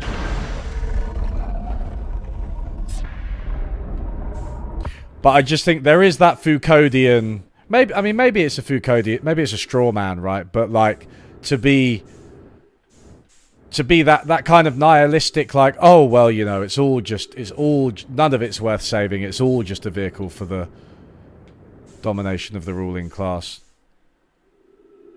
Wait, the gravity cannon is back there. Mate, I'm so confused. Where's my ship? Oh, so my ship's fallen, the gravity cannon hasn't.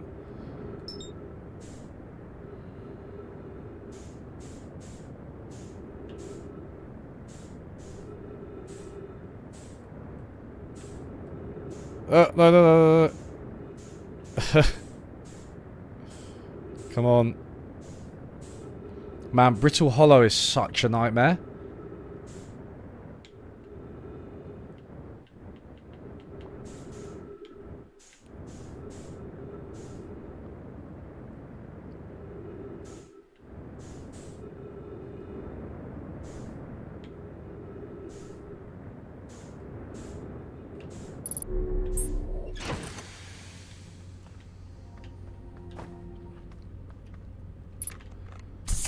I mean, do I just wait for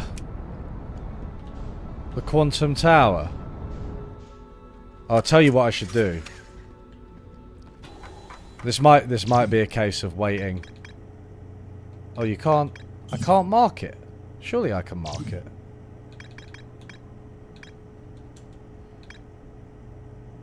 Ah, I actually can't. Interesting. What's really close to it? I wonder if I need to wait for the gravity cannon to fall through as well.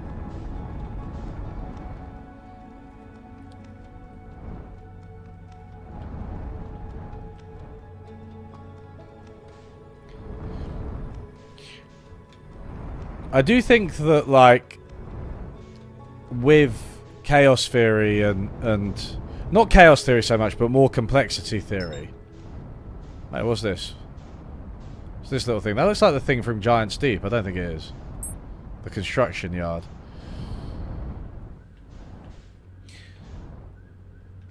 I do think there's something sadly that's worth rescuing in like the neoclassical model, right? Which is like this notion of optimization. If you're going to do modeling, mathematical stuff, scientific stuff, right? If you're going to do that, try and make scientific predictions using mathematical models. I think you're probably going to end up using some kind of optimization style algorithm. Now, that doesn't mean using mainstream neoclassical economics, right? And like a utility maximizer and saying that the outcome is optimal and blah, blah, blah. I think it would be a more localized type of optimization that makes use of less information. Tries to be more realistic in its process as well.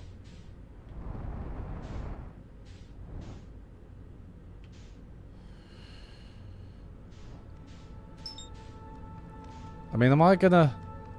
Fuck it. Let's go. I can't be asked to just wait.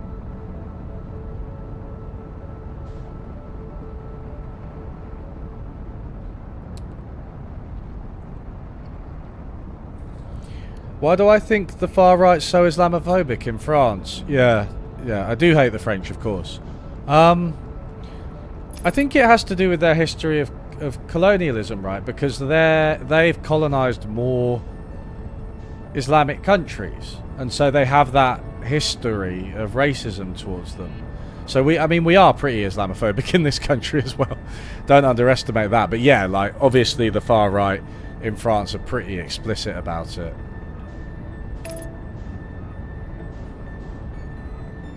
And I think it's just that history. I would say it's that history. I mean, I guess we colonized Muslim countries as well. You know what? I don't know. I do think there's more of a backlash in continental Europe in general, partly because of migration there, and the UK obviously being an island is kind of less affected by that. But I mean, that doesn't explain France uniquely, right?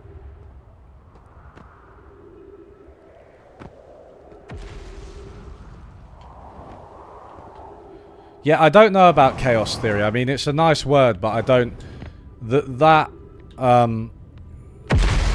Jesus.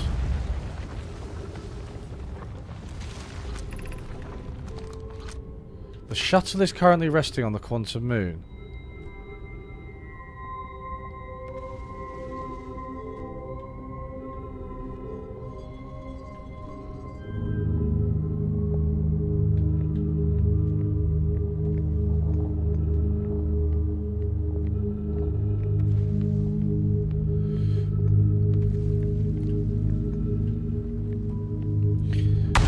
I think humans do select from alternatives, right? Using some kind of process. Oh, it's on. Oh my good lord. Oh, okay. Fine. Well, I'm probably dead then.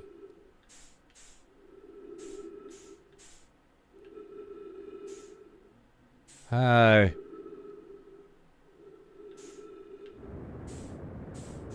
Can I come back?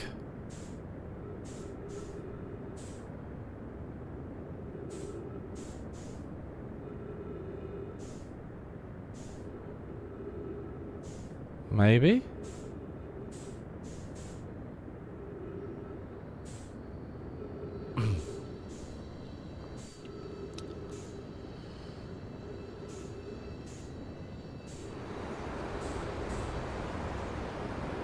Oh my god. Feel like I'm too distracted by a discussion of complexity theory to play this game properly, but that's okay. It's what streaming's all about.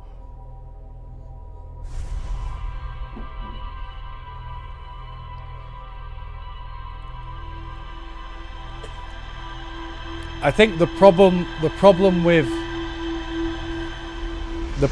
chaos theory and those kinds of differential equations like Laplace and stuff is that they imply that the system is predictable from initial conditions at time t. So if you've got like the weather, right, you've got like the temperature, the wind, cloud cover, whatever, at time t, you can then predict the behavior of the system at time t plus 1, and then times t plus 2, times t time t plus 3, with a decreasing level of precision, which is why weather forecasts are pretty good for the next 24 hours and kind of bad for the next week, basically impossible for the next month, let alone a year's time, right? So yeah, like, that is the problem with applying that to economics, is that it's not true. You can't predict the behavior of the economy at time t plus 1 from initial conditions at time t. And I think that's why chaos theory was abandoned, right? And that makes a lot of sense to me, because I think the economy is stochastic, right? I think that the economic data are stochastic. You have to treat them as stochastic, not as chaotic, because of that property. And obviously they're historical and they're so complex and blah blah blah, and that's worthwhile approaching it from that angle as well, but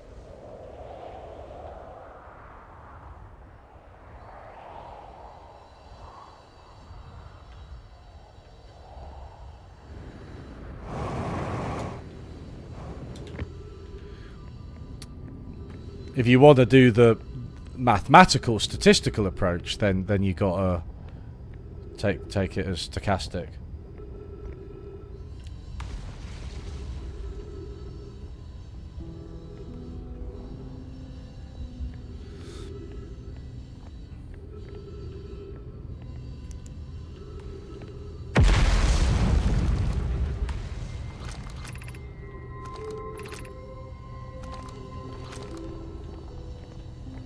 Man, I've got to do something with this shuttle. I can't... Okay, wait. Let me think about this. I'm not actually thinking. I'm talking too much. I'm not thinking. This shuttle landed on the quantum moon. It's on the quantum moon when you get here. You can call it back.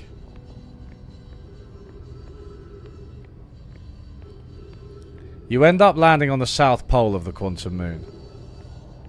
You can go in the shuttle, you can fly the shuttle.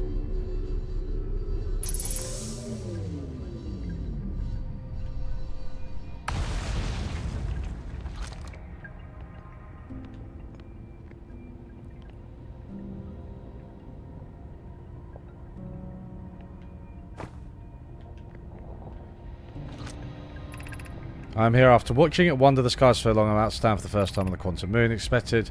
My shuttle has landed at the moon's south pole. I will make a rain-derived journey on foot.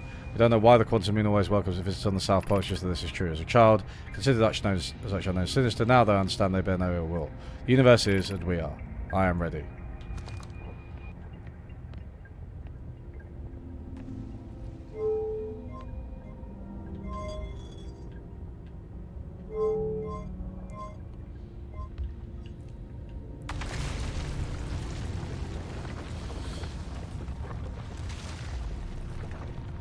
Yeah, chaotic is about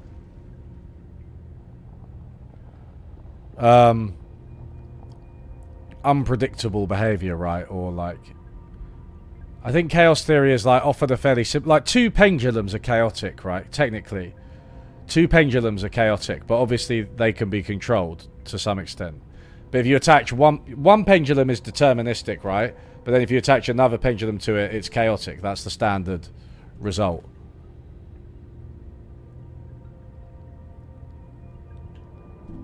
Am I going to get anything from standing here? Probably not. That's not really how this game works, is it? Almost all partial differential equations are guaranteed to behave chaotically. Yeah.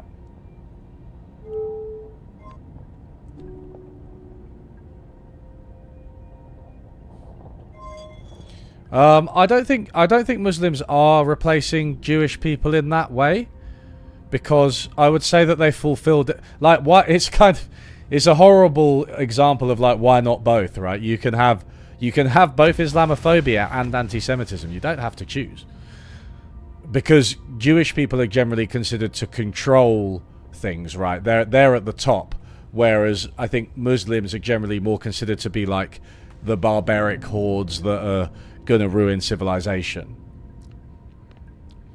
So like, I think most, if you go to the far right, the far right, because the far right's mainstream now, if you go to the far right, they're like, that's basically, their idea is probably that Jewish people are inviting hordes of Muslims to destroy the West.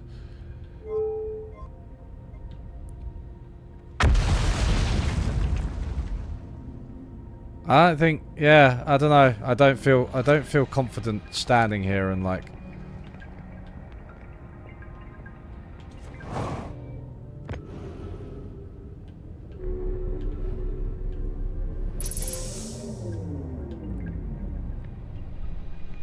So that thing looks like. Is this not like a? Wait a second.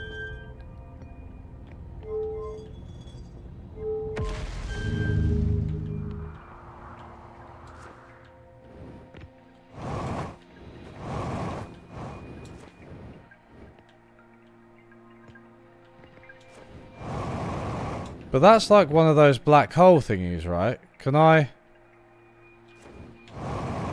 not land?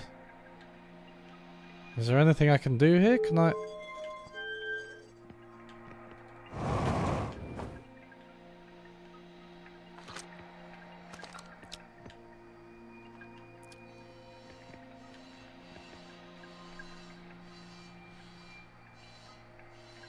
Oh, that's probably the warp engine, isn't it? That's probably what gets it back. I probably can't do anything with that, except, whoa! Was that the quantum moon? Or was that just the moon? I think that was the quantum moon.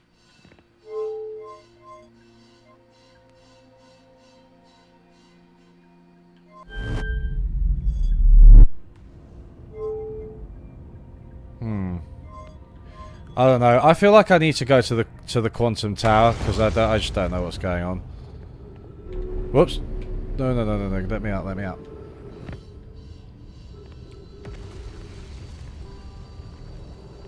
This game seems great for people who need a second job with a series of really hard tasks to figure out. Yeah. That is kind of all games, though. Like you can't peel back the curtain. Like Metroidvania games are such a good example of like, okay, I've got to go to this place so that I can get a new tool, like a new weapon, so that I can then go to another place that has another new tool or weapon, and then I can go to another place. Like, it's literally just like, that's it, right? That's the game. But then all games are kind of like that, so you can't, don't peel back the curtain. Don't upset us.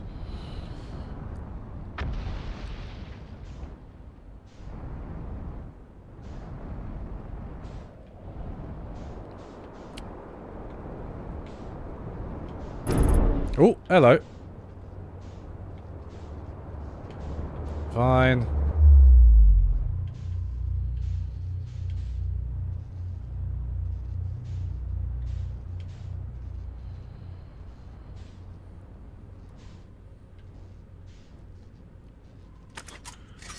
The focus should be...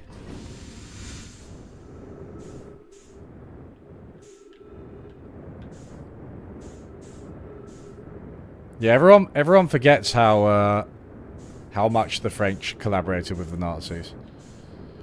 It's quite weird, these narratives we have about, like, I mean, in the UK / US / a lot of the world, we're all like, the French are cowards and they surrender monkeys or whatever, but I think that would be one thing. What's more worrying is the idea that, like, the reason the Nazis took over so quickly is because France was so fucking anti-Semitic and the elites collaborated with them. It's quite difficult just to, like, take over a whole country with only military might, right? Like, I mean, the US excursions in the Middle East have proven that. It's really difficult. To take over a country fully, you have to have the collaboration of local elites. And that was like... I remember reading about how if you'd asked somebody which country would have, you know, persecuted Jews and engaged in the whole... If you'd asked in the 1920s somebody, like a historian or an observer, which country in the next 20 years is going to have a Jewish Holocaust, they would have said France. Because anti-Semitism was so bad there.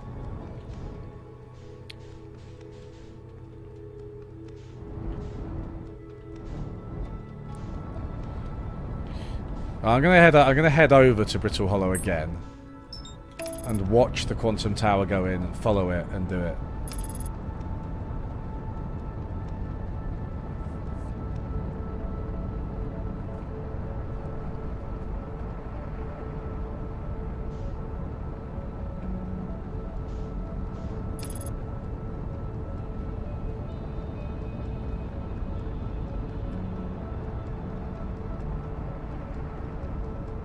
The surrender narrative actually whitewashes them. Yeah, exactly. That's well put. That's exactly what I was saying. But we have, I think, also the crude narratives we have around Nazism in general, right, and World War II. Because we, in the UK, we don't. I mean, we kind of hate the Nazis, but we hate the Germans. Like we blame the Germans, right? And we still like talk about World War II defeating the Germans. There's like Faulty Towers, and you know that famous Faulty Towers episode. 1966 when we beat them in the World Cup. Like, people still fucking blabber on about it so much. If you're not from the UK, mate, honestly, the anti-German hatred is just insane here. It actually really confuses me. But then we don't hate fascism, right? We hate the Germans at least as much. So that again kind of whitewashes the real Nazis and the real causes of these things, right? Which aren't just being German. But I think a lot of people in the UK do seem to kind of believe that one way or another.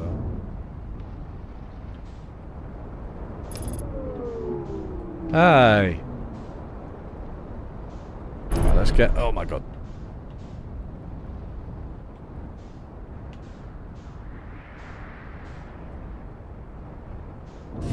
Right, let's do some repairs. Then I need to find the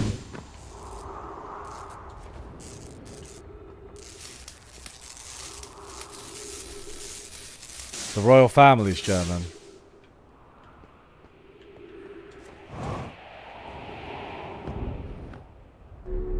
Yeah, I mean, it's not, you know, consistency or historical accuracy. You don't expect that from the British polity and like dominant narratives in Britain.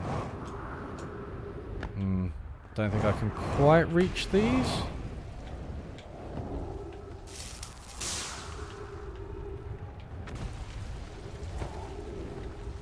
Outer Wilds Ventures. Oh, that's cute.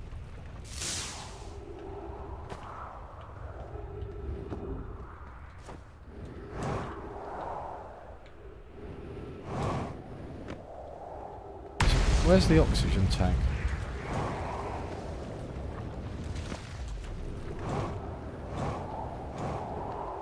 Is that it? Oh yeah. The thing that's red with steam coming out of it, that's the one that's broken. Who would have known? Come on.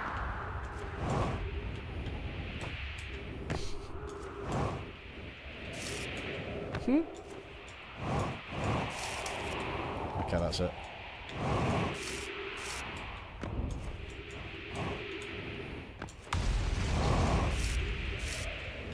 One more.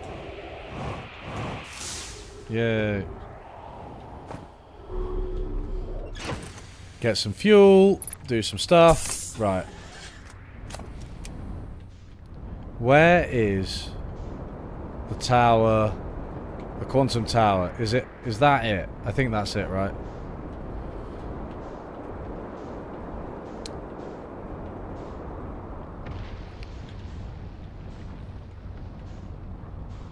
I think we just gotta... I just need to wait for this. Oh my god. Wait, is there a bit... Have I lost... Oh shit, that literally has fallen out from underneath me as I've been... Ah. Okay, okay.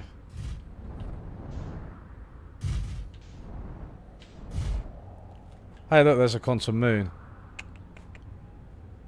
Hmm.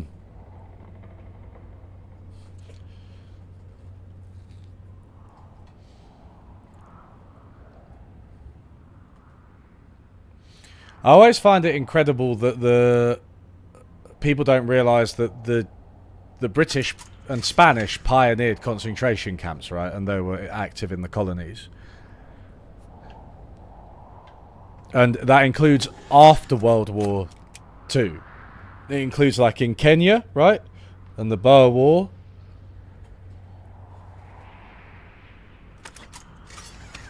Obviously, I think it is worth pointing out, you know, the extremity of the Holocaust and like the intensity of it, and it's quite... Wait, what the fuck? What just happened to me? I was in my ship.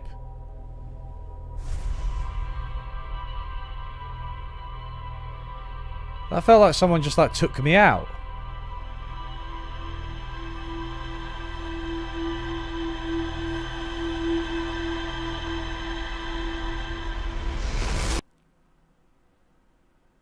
Sudden acceleration.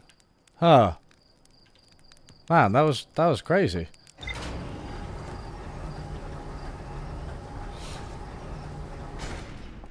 The floor collapsed to my ship accelerated. Right. Yeah, that was it. I was kind of in a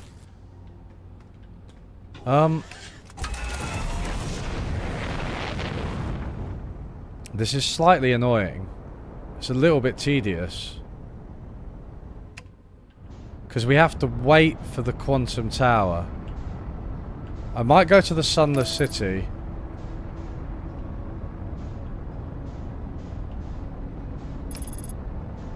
One of the meteors hit me. Oh, yeah. Yeah, that was probably it.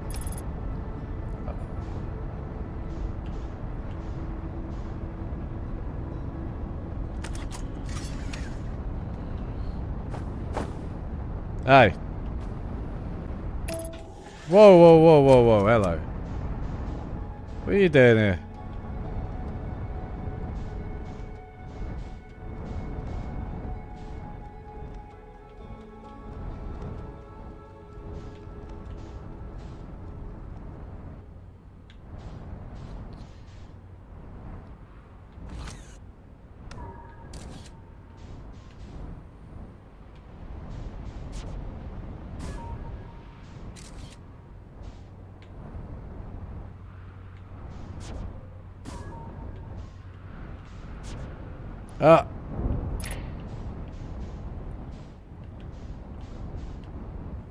Wait, why is the quantum moon letting me land on it all of a sudden?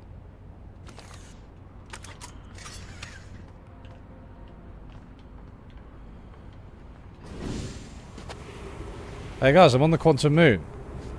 What the hell happened here?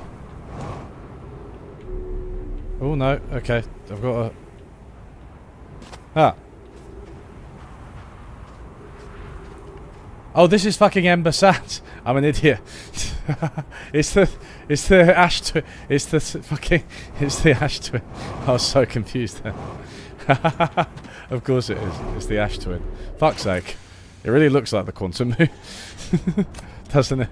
I was like, what the hell's going on? Oh god. Man. Shot to pieces I am. Absolutely shot to pieces.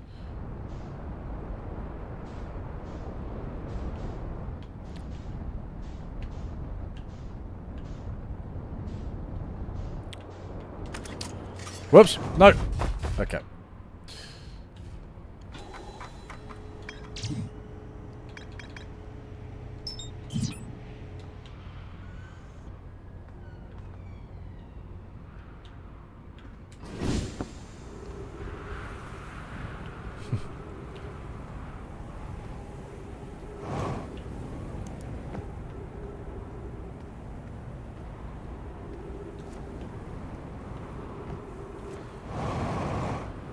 I'm going to explore bits of the Sunless City because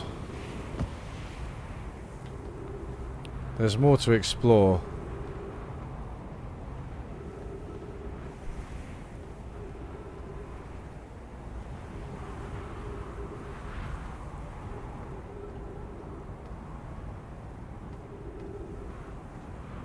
That's so funny.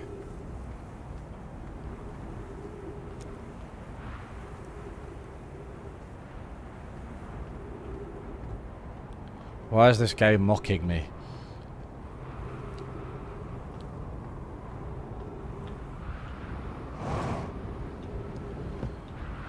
Yeah, World War III does look a bit likely. Good thing we're playing this game.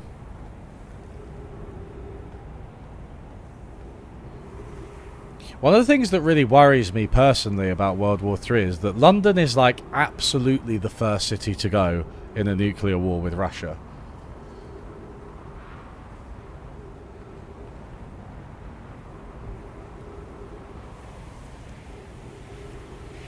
Suppose you'd like want to be obliterated, to be honest.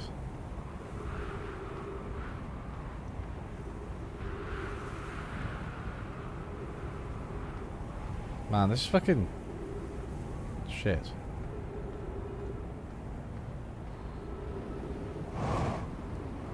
Here it is, here it is. Right.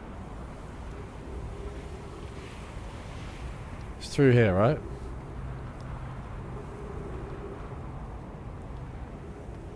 Canada, mate, Canada's... We all know that Canada's evil. That's the one thing that Trump's right about.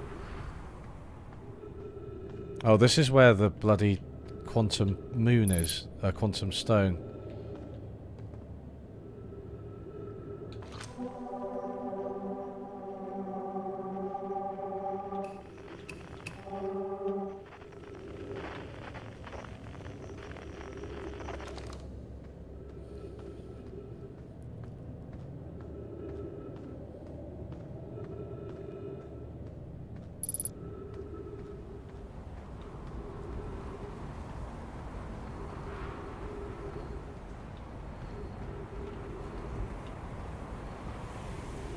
Where do I go to find...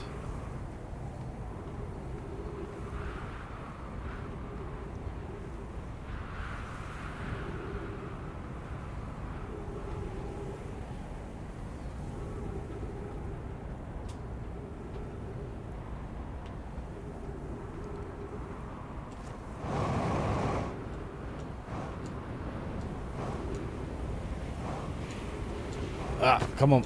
Oh, for God's sake. Mate, where am I going? Where am I falling to? I feel like I can't see my screen properly.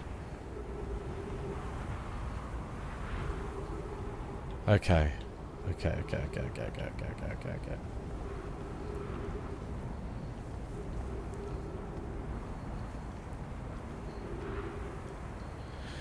Paid off your da-da-da-da. Okay.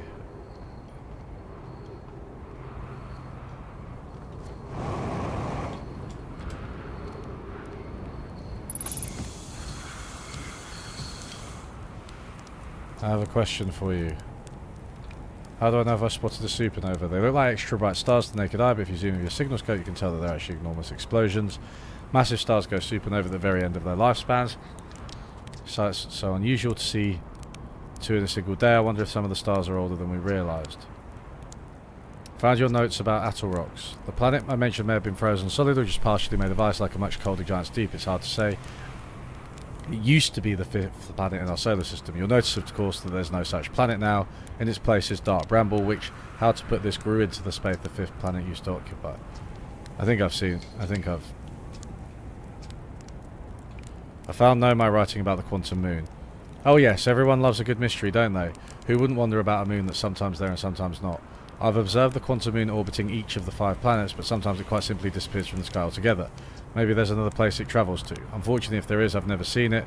Perhaps if I take a closer look at these star charts.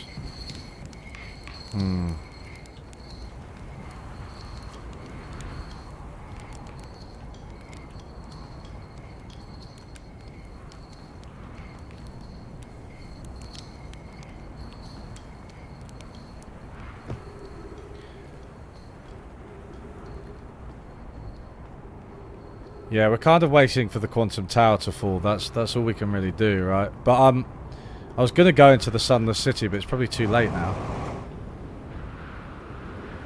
Because I want to... Oh! That's a big jump I've managed to do.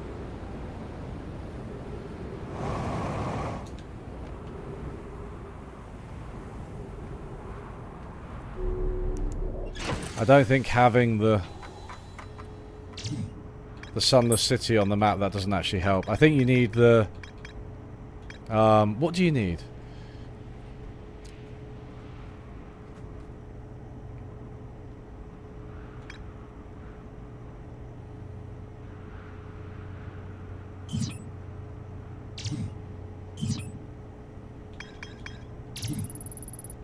The Nomai and Brittle Hollow observed a phantom moon that would sometimes appear in the sky. The Nomai and Ember Twin observed a moon that would disappear when no one was watching. A Nomai named Solanum landed a shuttle on the quantum moon.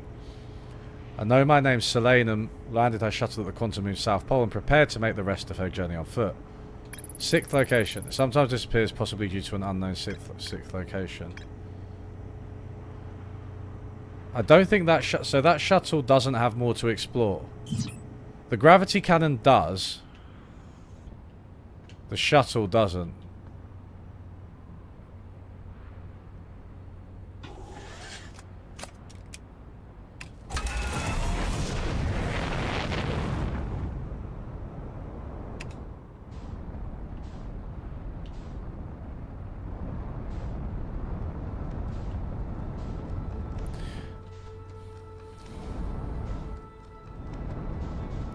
Sixth location.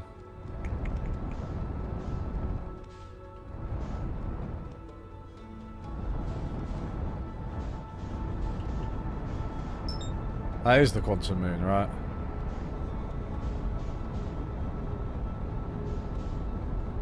So do I have to go to the 6th location of it?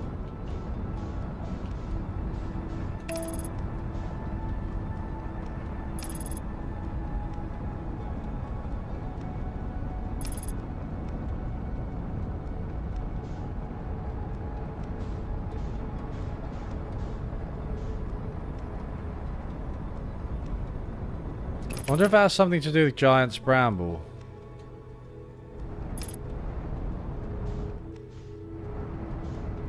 I don't really know what I'm looking for. But wouldn't the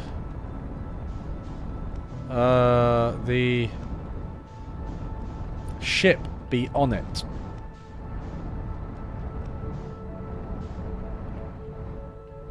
Wouldn't that ship be on it, right?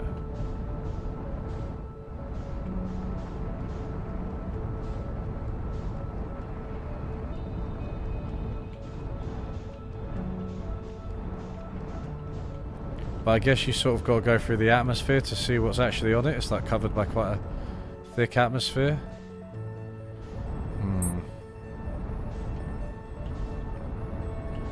I don't actually know if I've been to this space station in orbit of the sun. Where is it?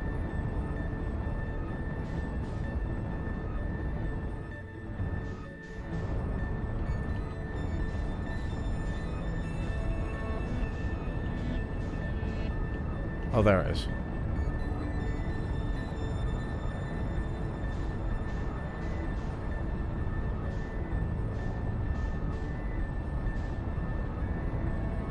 This. Can I get to that? No, that's Dark Bramble. Whoa! That's going into the sun.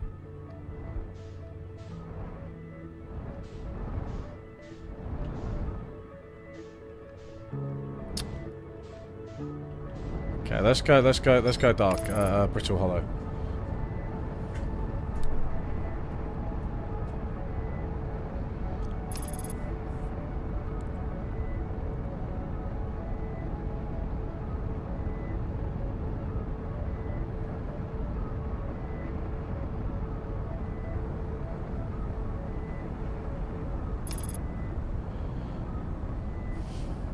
Yeah, it's quite weird because World War III, I was chatting about this to someone the other day, and like, it doesn't, I'm not sure who would be on whose side, because yeah, okay, you can put China and Russia together, but like, I don't think China are quite allied with Russia, really. And then you've got, yeah, the USA and Europe, and their fraught relationship, and then is the USA with Russia against Europe, China and Europe versus the USA and Russia. It all sounds pretty wacky to me. I don't really. Okay, so the quantum right, okay, yeah, I think this isn't exciting viewing, guys, but we're just gonna have to watch. We're just gonna have to wait, I think.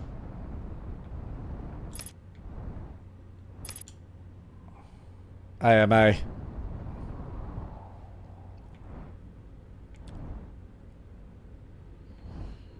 My prediction on World War III is that US and EU isn't on the same side. It seems probable.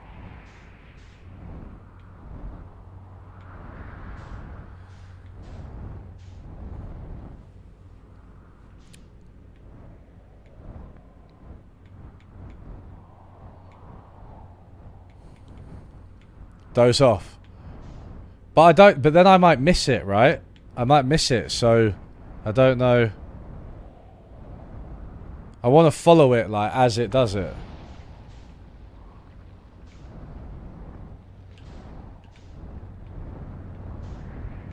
We're getting close, surely, right?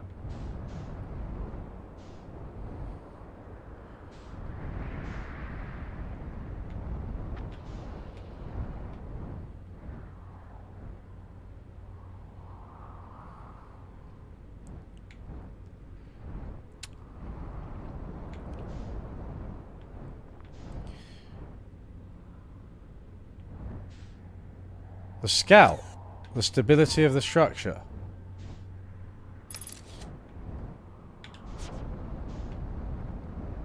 Yeah, it looks like it's pretty unstable, right?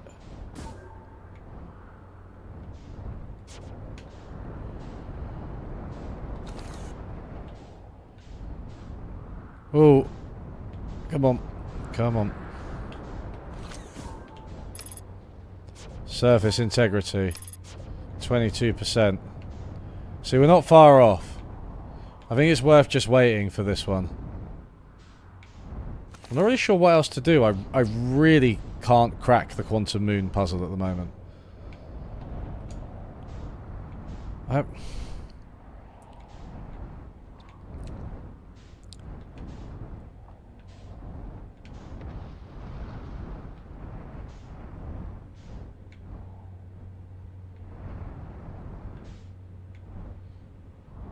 don't think you want to go to that shuttle.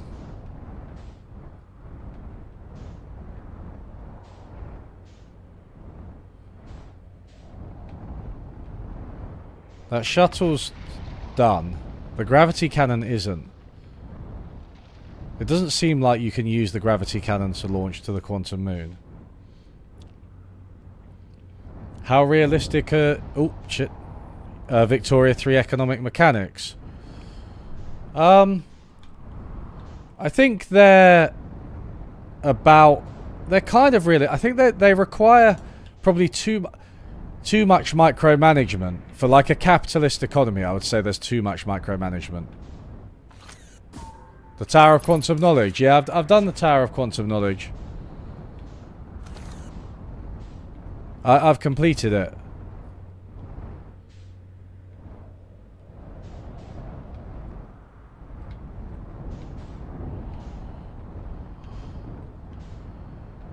Man, the sun's getting pretty red. Right.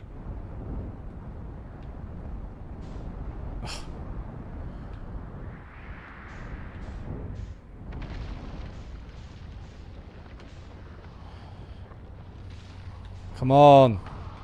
Yes. Here we go.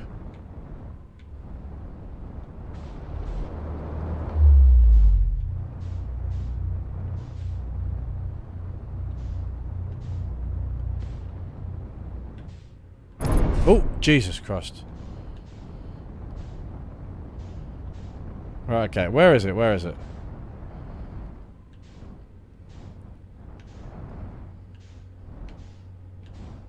There.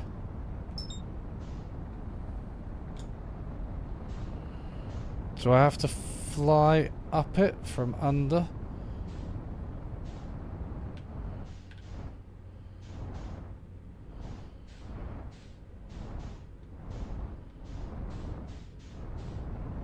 Oh no, that's the top.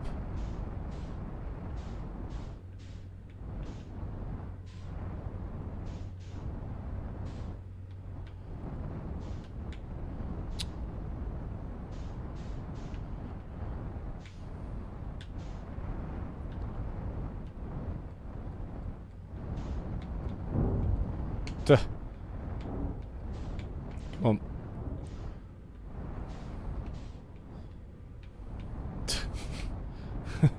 I don't want to get out of my ship because then I might die. Come on. Let me through. Let me in. Let me in! Is it literally designed so that I can't do this? Alright, fine.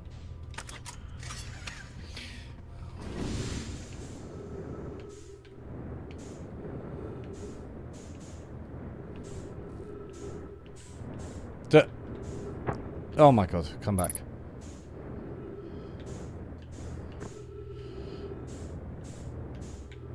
Whoa. Okay, no gravity. No gravity anywhere. Where are the, I guess there's the things must be up here, right? Let's pick them up. Scroll.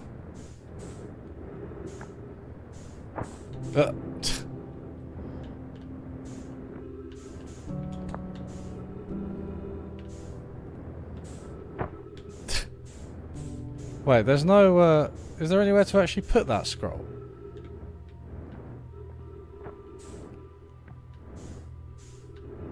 Oh, up here maybe.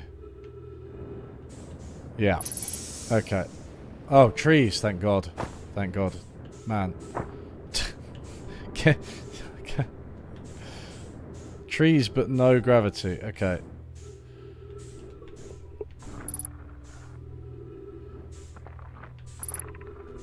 If you're here to make your first pilgrimage to the Quantum Moon, you're almost prepared to set out on this deeply significant journey. Before you do, pause and remember your history. We made this journey not only for ourselves, but also to honour the members of our clan who came before us. Those who...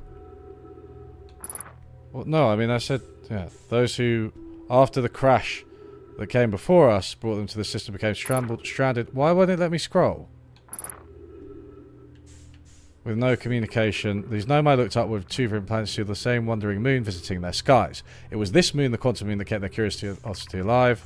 After the two divided groups were able to reunite, it became our clan's united goal to find and visit the Quantum Moon. This took time, and many nomai who dreamed of seeing the Quantum Moon died before we discovered how to make the journey. When you reach the Quantum Moon, recall these nomai and carry their curiosity with you. Okay.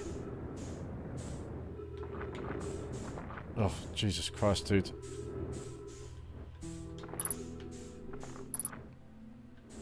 Why is that not reading it for me? Is this literally designed to infuriate me? Fuel level critical. Welcome. Your arrival means you've completed your preparations on Giant Steep. You're ready to depart for the Quantum Moon. On your pilgrimage will carry you just as it carried many to the moon's sixth and secret location. You'll be able to aid in your pilgrimage by the shrine our clan built on the Quantum Moon. Remember this final room to explore this. Shrine must be on the moon's north pole. Be curious on your journey. To explore this, the shrine must be on the moon's north pole. The shrine our clan built on the Quantum Moon. Man, that doesn't help me at all.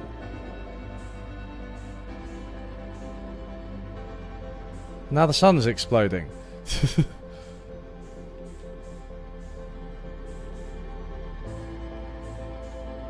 Mate, that literally does not help me at all. The shrine it built.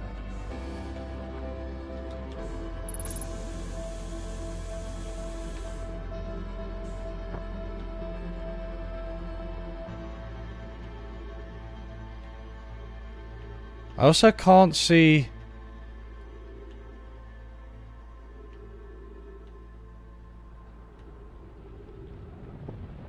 things to put in there, in these.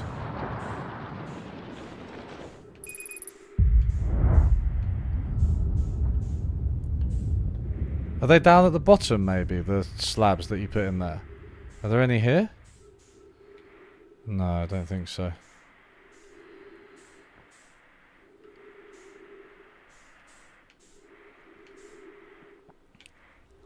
I've done the quantum trials, yeah. I should definitely toggle stopping time when reading and talking and stuff. There is a projection stone below.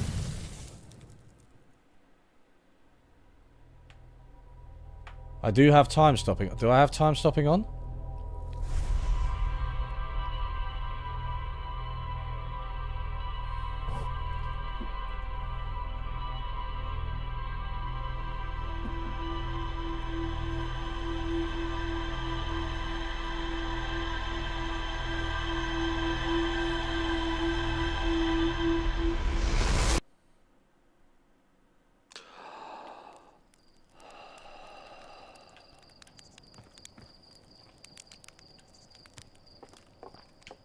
Yeah, they taught me the rules of quantum, yeah.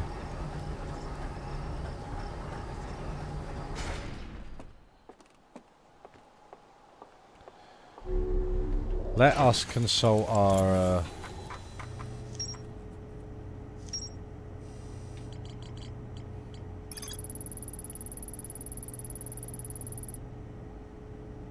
A shrine on the Elden pilgrimage. Remember this final rule. To explore the sixth location, the shrine must be on the moon's north pole. After the... That still doesn't tell me how to get there, though.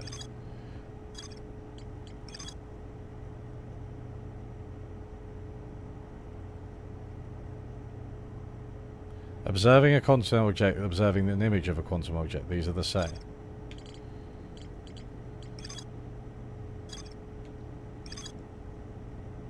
The Nomad called this the rule of quantum imaging. Remember, the other quantum shards have other lessons to teach.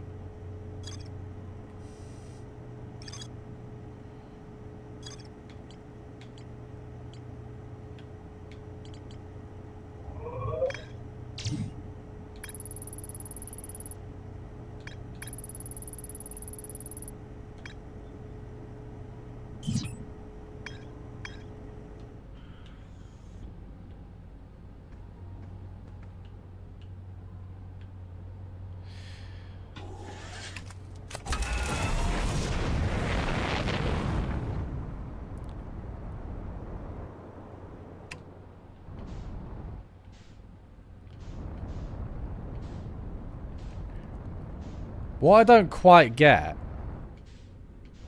Okay, so observing an image of it. I tried taking a picture of it, which didn't seem to make a difference. Where can you observe an image of the quantum moon?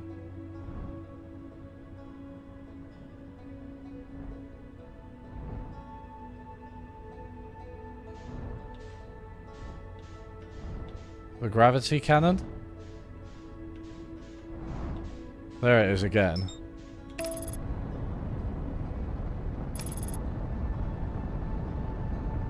Whoops. Whoops, whoops, whoops, whoops, whoops, whoops. Oh my god. My bad.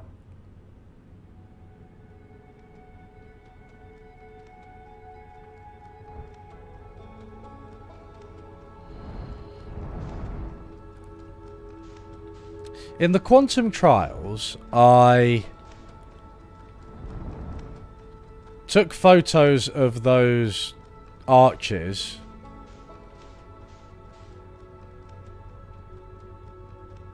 to keep them stuck in space while I went towards them.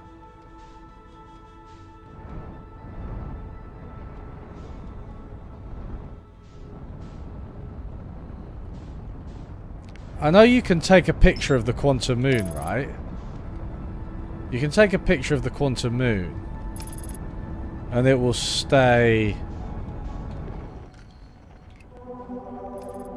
Whoa, whoa, whoa, ah! Idiot.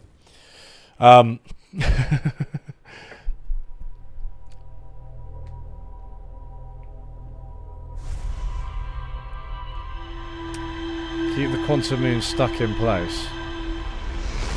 Yeah. So...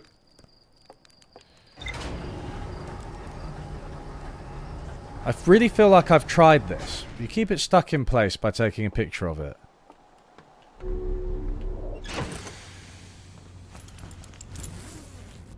Take a picture of it. Then can I launch that shuttle at it?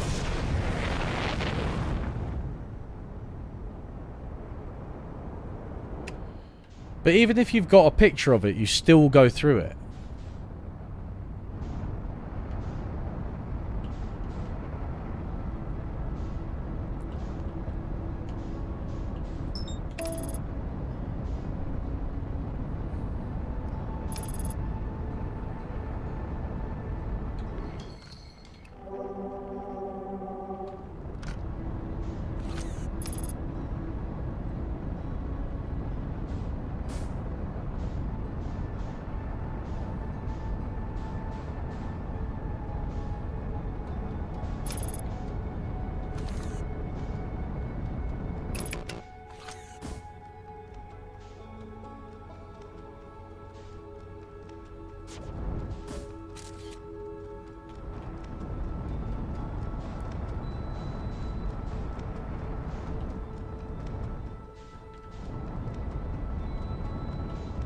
So the quantum moon's still there.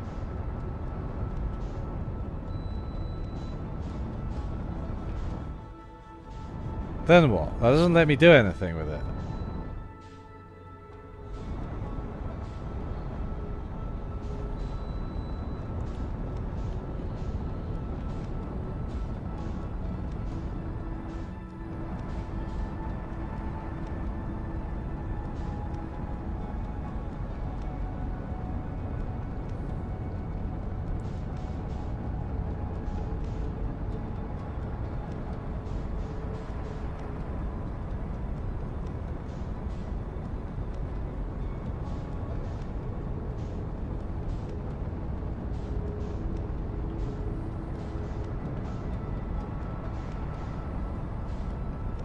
You briefly unsee it when entering.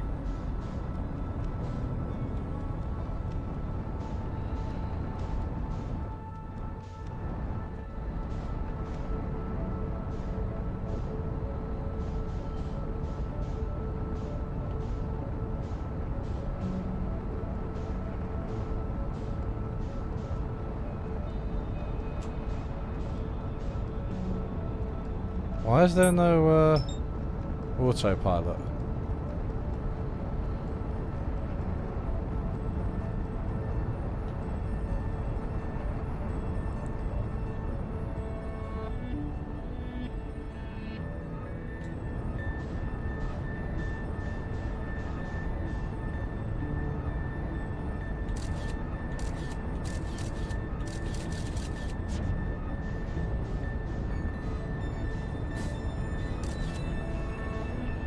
Whoa, whoa, whoa, whoa, whoa. Sorry, I'm like... Okay, wait.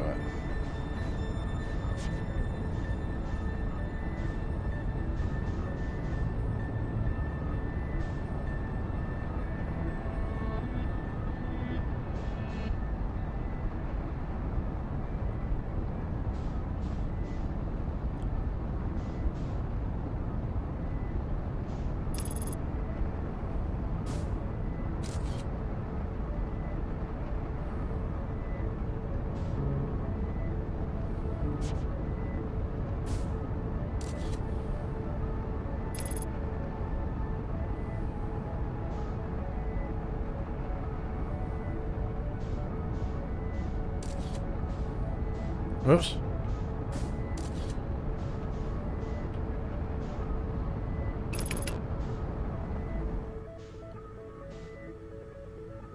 But if I like fly into it, right?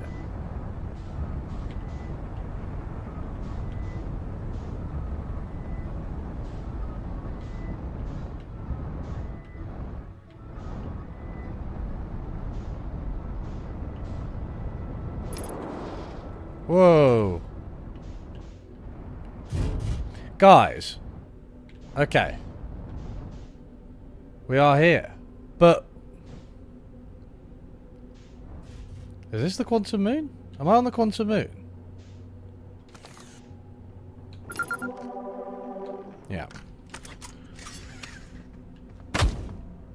Mate, what the fuck?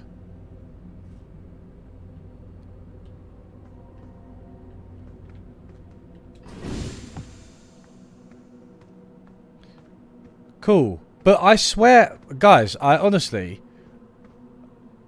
unless I'm missing something, I took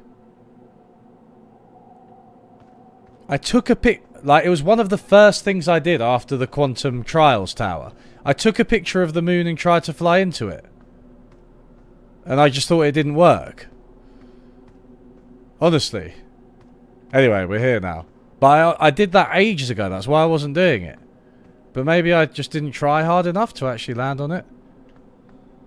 Okay, so these guys have got a fucking shrine on the South Pole, so... I guess that's... or... wait, no, that's me. Hey. Oh, look at it. This guy's... oh.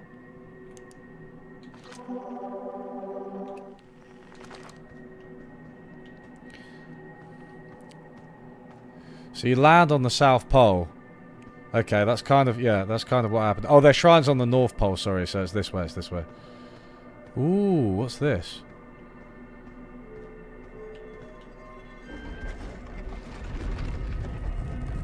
I didn't take... you have to take a picture of the whole thing. If the scroll disappears into the moon, it does not work. Right, okay. Alright. I just want you to know that I did try that before. Like, I was like... it seemed to revolve around pictures, and then when that didn't work, I was just like completely stumped. Oh, okay, here we go. Recall the rules of quantum entanglement. You have recalled the rule of quantum imaging. Recall the rule of the sixth location. When it's not... so what's the... oh, the sixth location's at the eye. Okay, that makes sense. So... what is the rule of the sixth location? The sixth location... when it's not at the other ones, it is...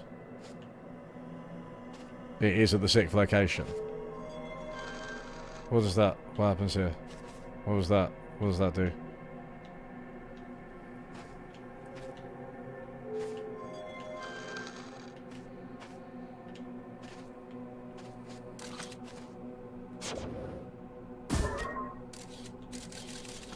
Once you're on the quantum moon, it doesn't disappear or anything, does it?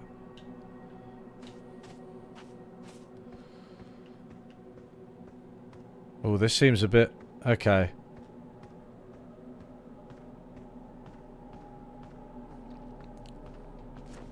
You have to take a picture of the whole moon. So there's obviously like a big wall, and I guess if you jump off above that, because that's the atmosphere, then you just go back into space, right? Presumably.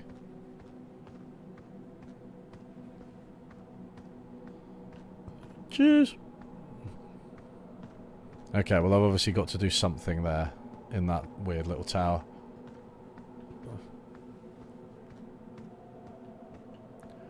The sand's rising. There's quite a strong gravity on the quantum moon.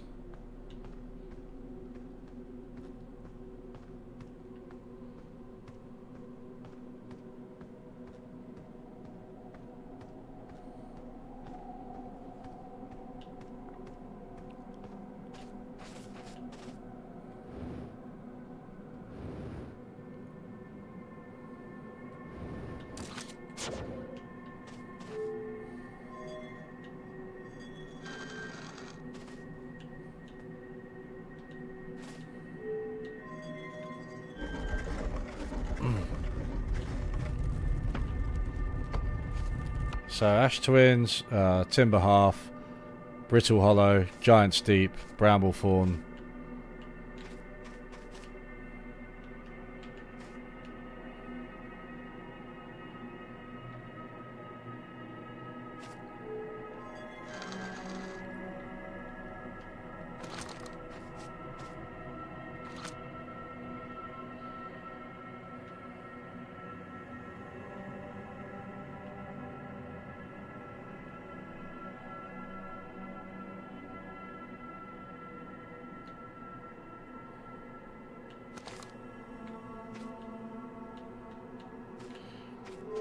I feel like I need to go back to my ship and read the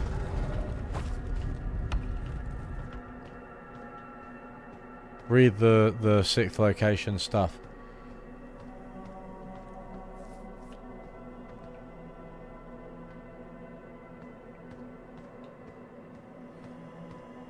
And so you gotta go back to the ship, right?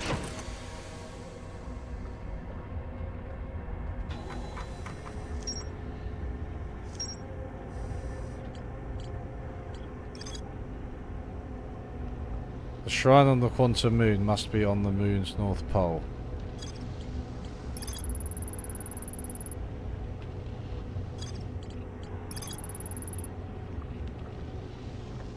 Near the south pole.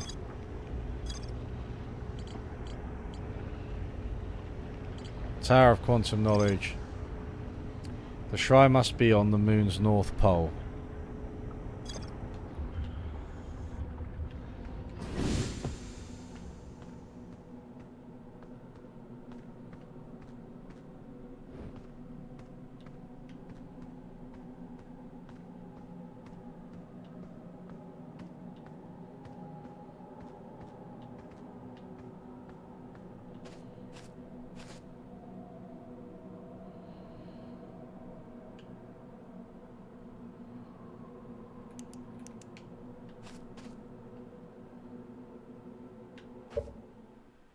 Do I need to... Do I need to snooze? But I don't... There's no fire, right? There's no campfire. You can't make a campfire.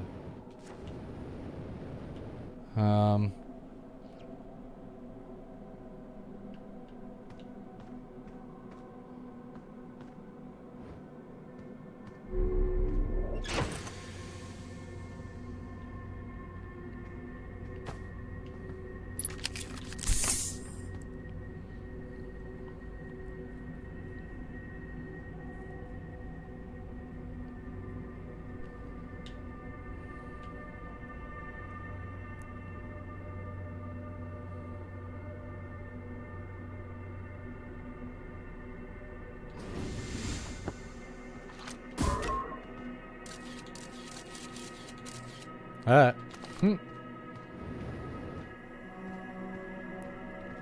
So I want the moon to be able to teleport, clearly, to a different place, but also that's kind of difficult when I'm on it.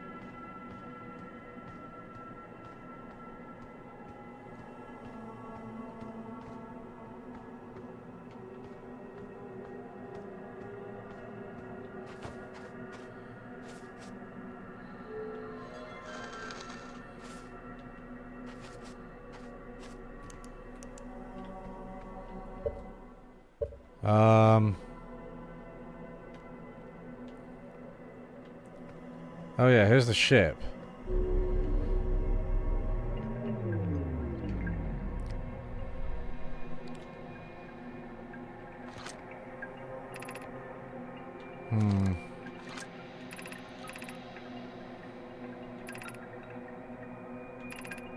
I am ready. He doesn't. That doesn't really give me many clues. Don't want to do too much there. Surely, if I'm like in the ship, I'm not seeing the quantum moon. So does it teleport or not? Does it teleport?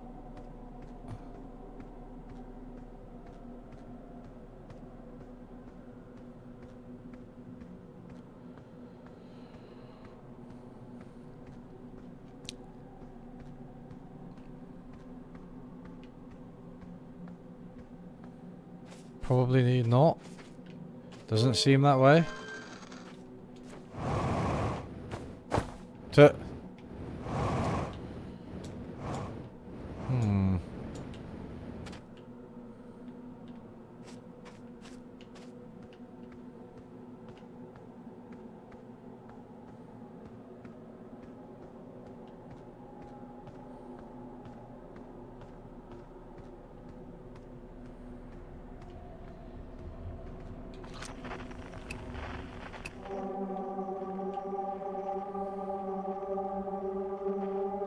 What's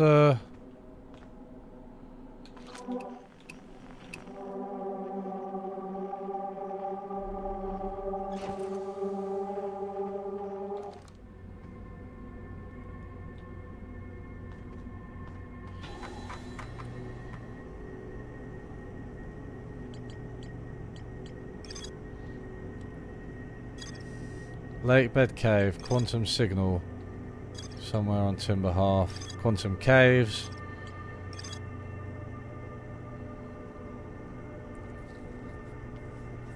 To explore the 6th location, the shrine on the quantum moon must be on the moon's 6th pole.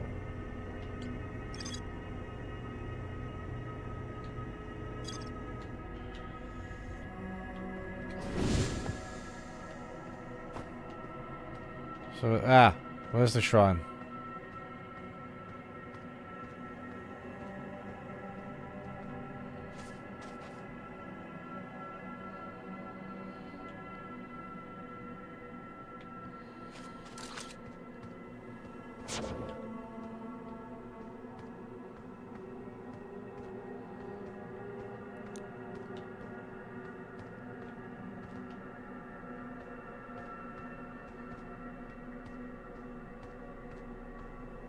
Where is it?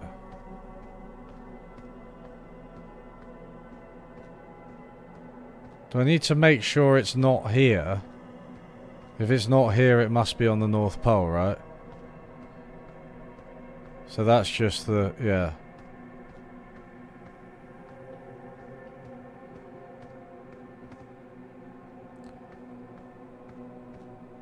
So it's gone from where it was.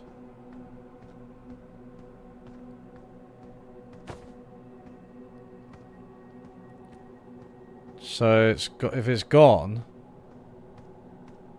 if it's definitely gone, does that mean that I am in the 6th location?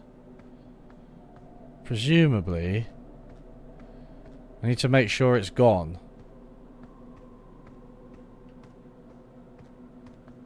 I think it is gone, right? There's the... whoa, whoa. Oh, right, that's quantum as well. Mate, everything's fucking quantum. Except my own ship. Wait, the shrine's back. Man.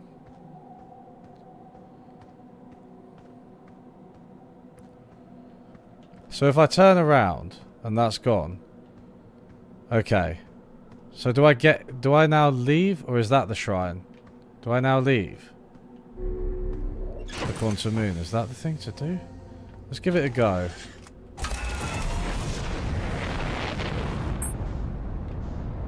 No, we're just next to the sun still. Okay, that was wrong. It's something like that, right?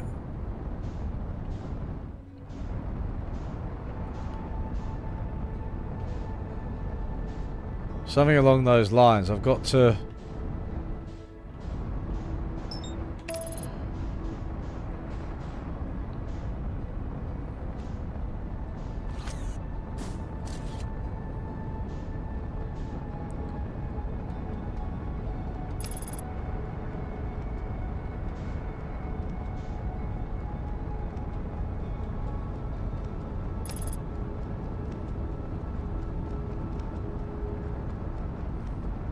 Whoa! Bloody ended up in Giant's Deep, haven't I? Good fun, good fun. Good, clean fun. Alright.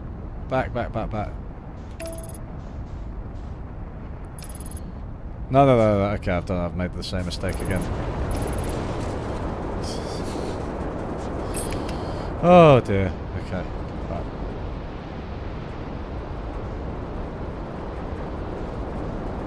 Okay, I fucked this. Oh, man.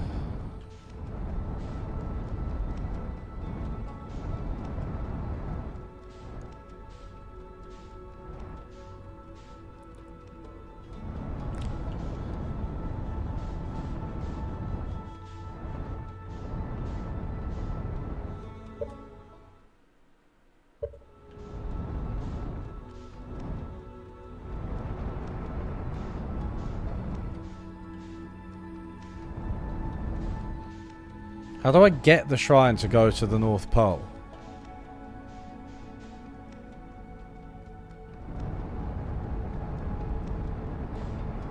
Surely if it's disappearing, it's moving. But can it move to the North Pole, and how would I know if it was there? That does look like the thingy again.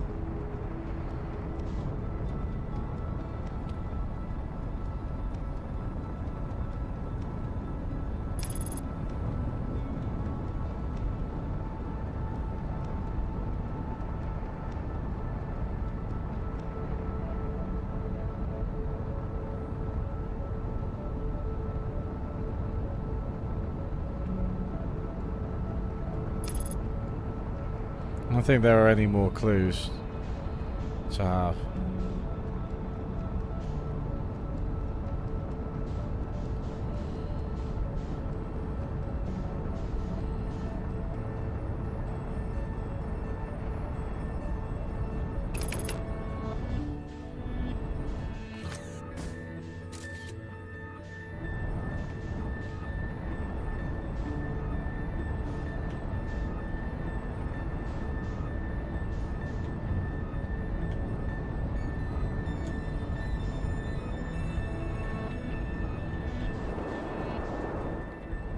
Whoa.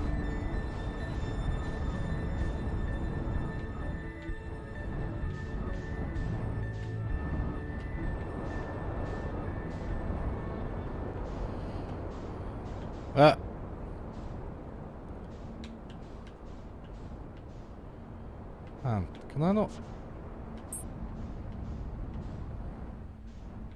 Wait, what the fuck? Oh, for fuck's sake, I accidentally pressed RB. Wait, it seemed like I was in a different bit then.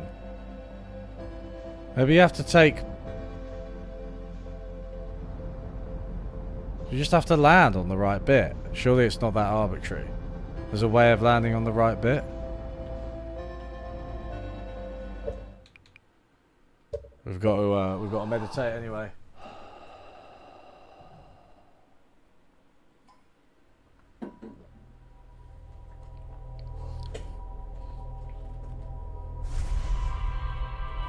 Well, we made it to the quantum moon, right?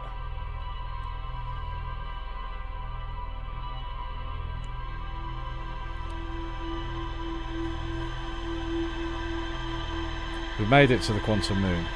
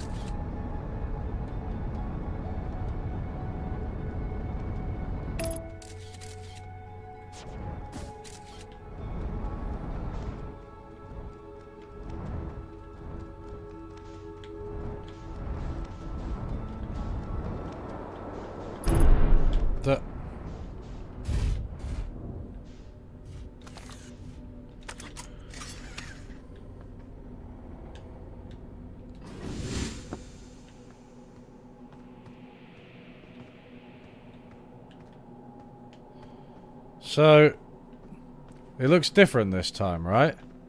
We've landed on it again, but it looks different. Now it's got lots of trees. Is that just because it reflects whichever planet it's near? Okay, fine. That dead Nomai is still here.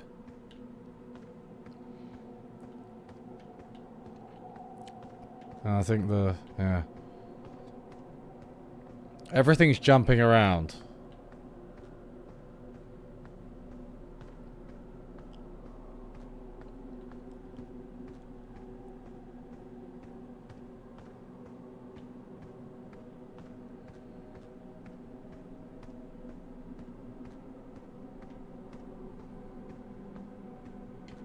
Oh wait, this is a different one. Oh, it's actually a different dead Nomai. Okay.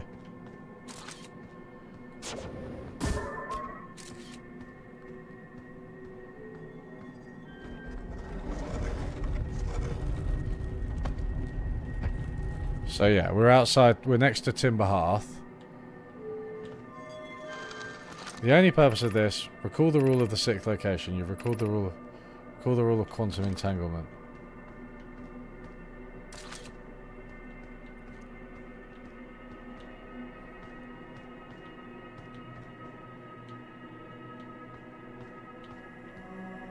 You take a photo of that, it can't move. What about if I take a photo of the ship?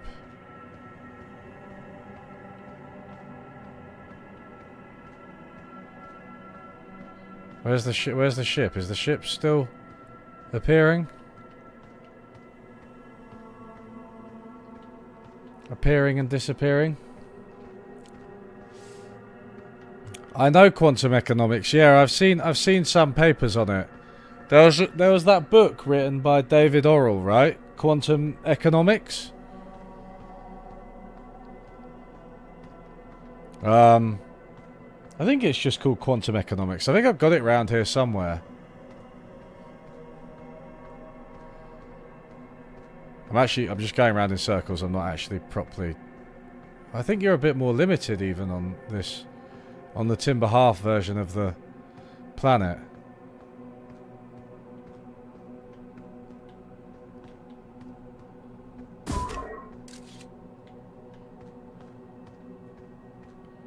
Do I want that to be fixed? Maybe not.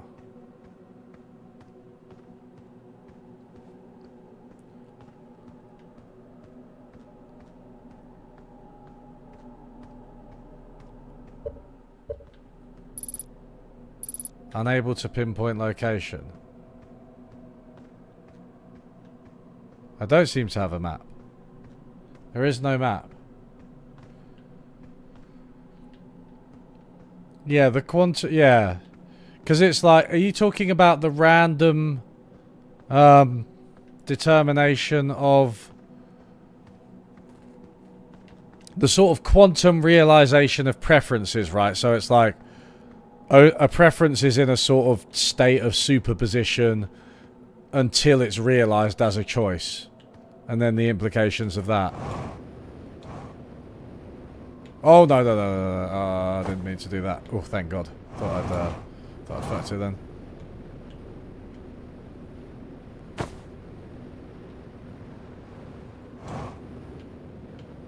But there's no fucking...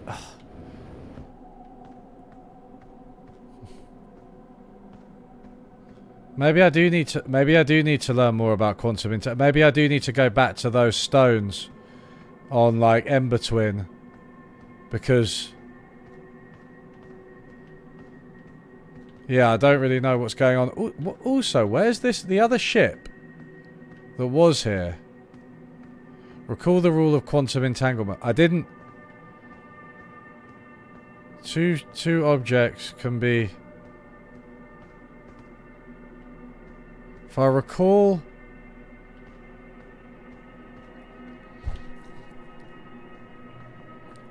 I wonder whether it has anything to do with if I recall this ship. There it is.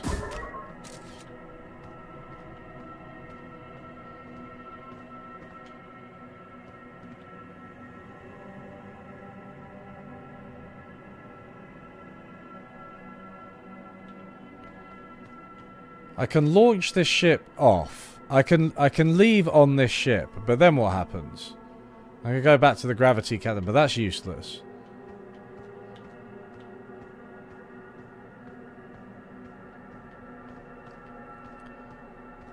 Take a picture of that ship so that ship doesn't change.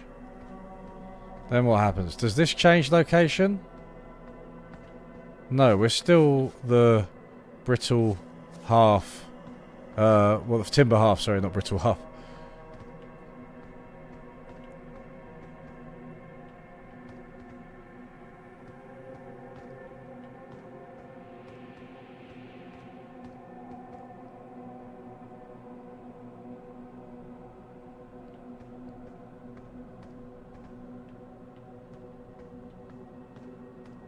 Yeah, maybe I should go and get educated about these quantum stones because I didn't explore that. I actually don't know that much about them, the parts of the moon that appear and disappear, like on Ember Twin and stuff. But if I...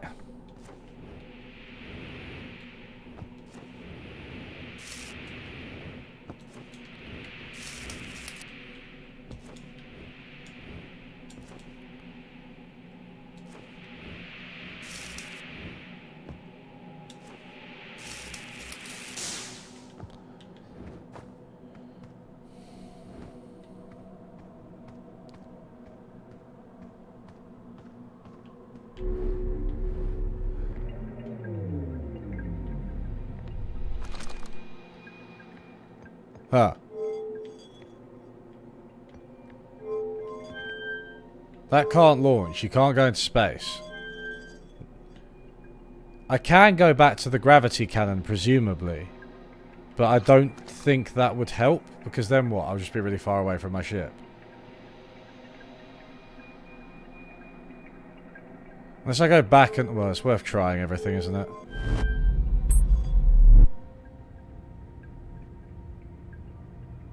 Fine, so now I'm on Brittle Hollow. Probably fucked it.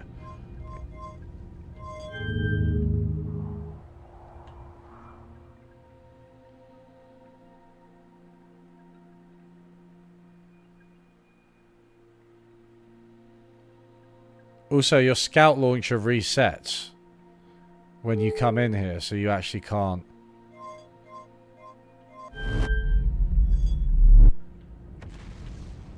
So that actually doesn't help. So now I'm just on Brittle Hollow.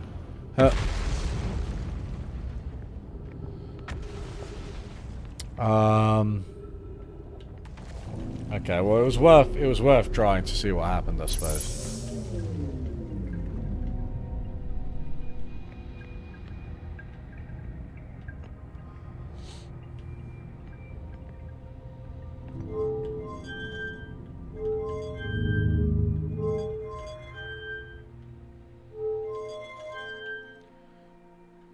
Yeah, this seems like kind of fucked.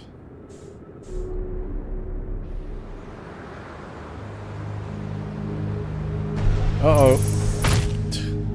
That was quite bad.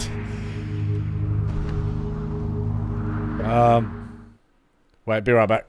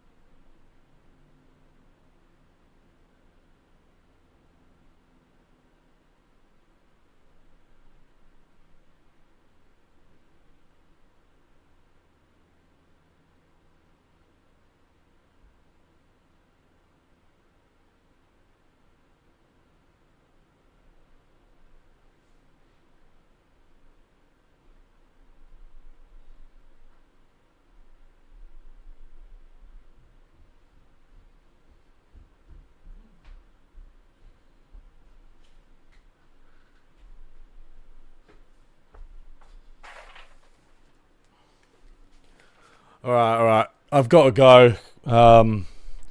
But that's probably good. I need to do more quantum stuff and thinking about it. But yeah. Anyway. Good session. Although we didn't quite get there, but we're probably close to the end, right? I imagine this is like finding the eye and stuff.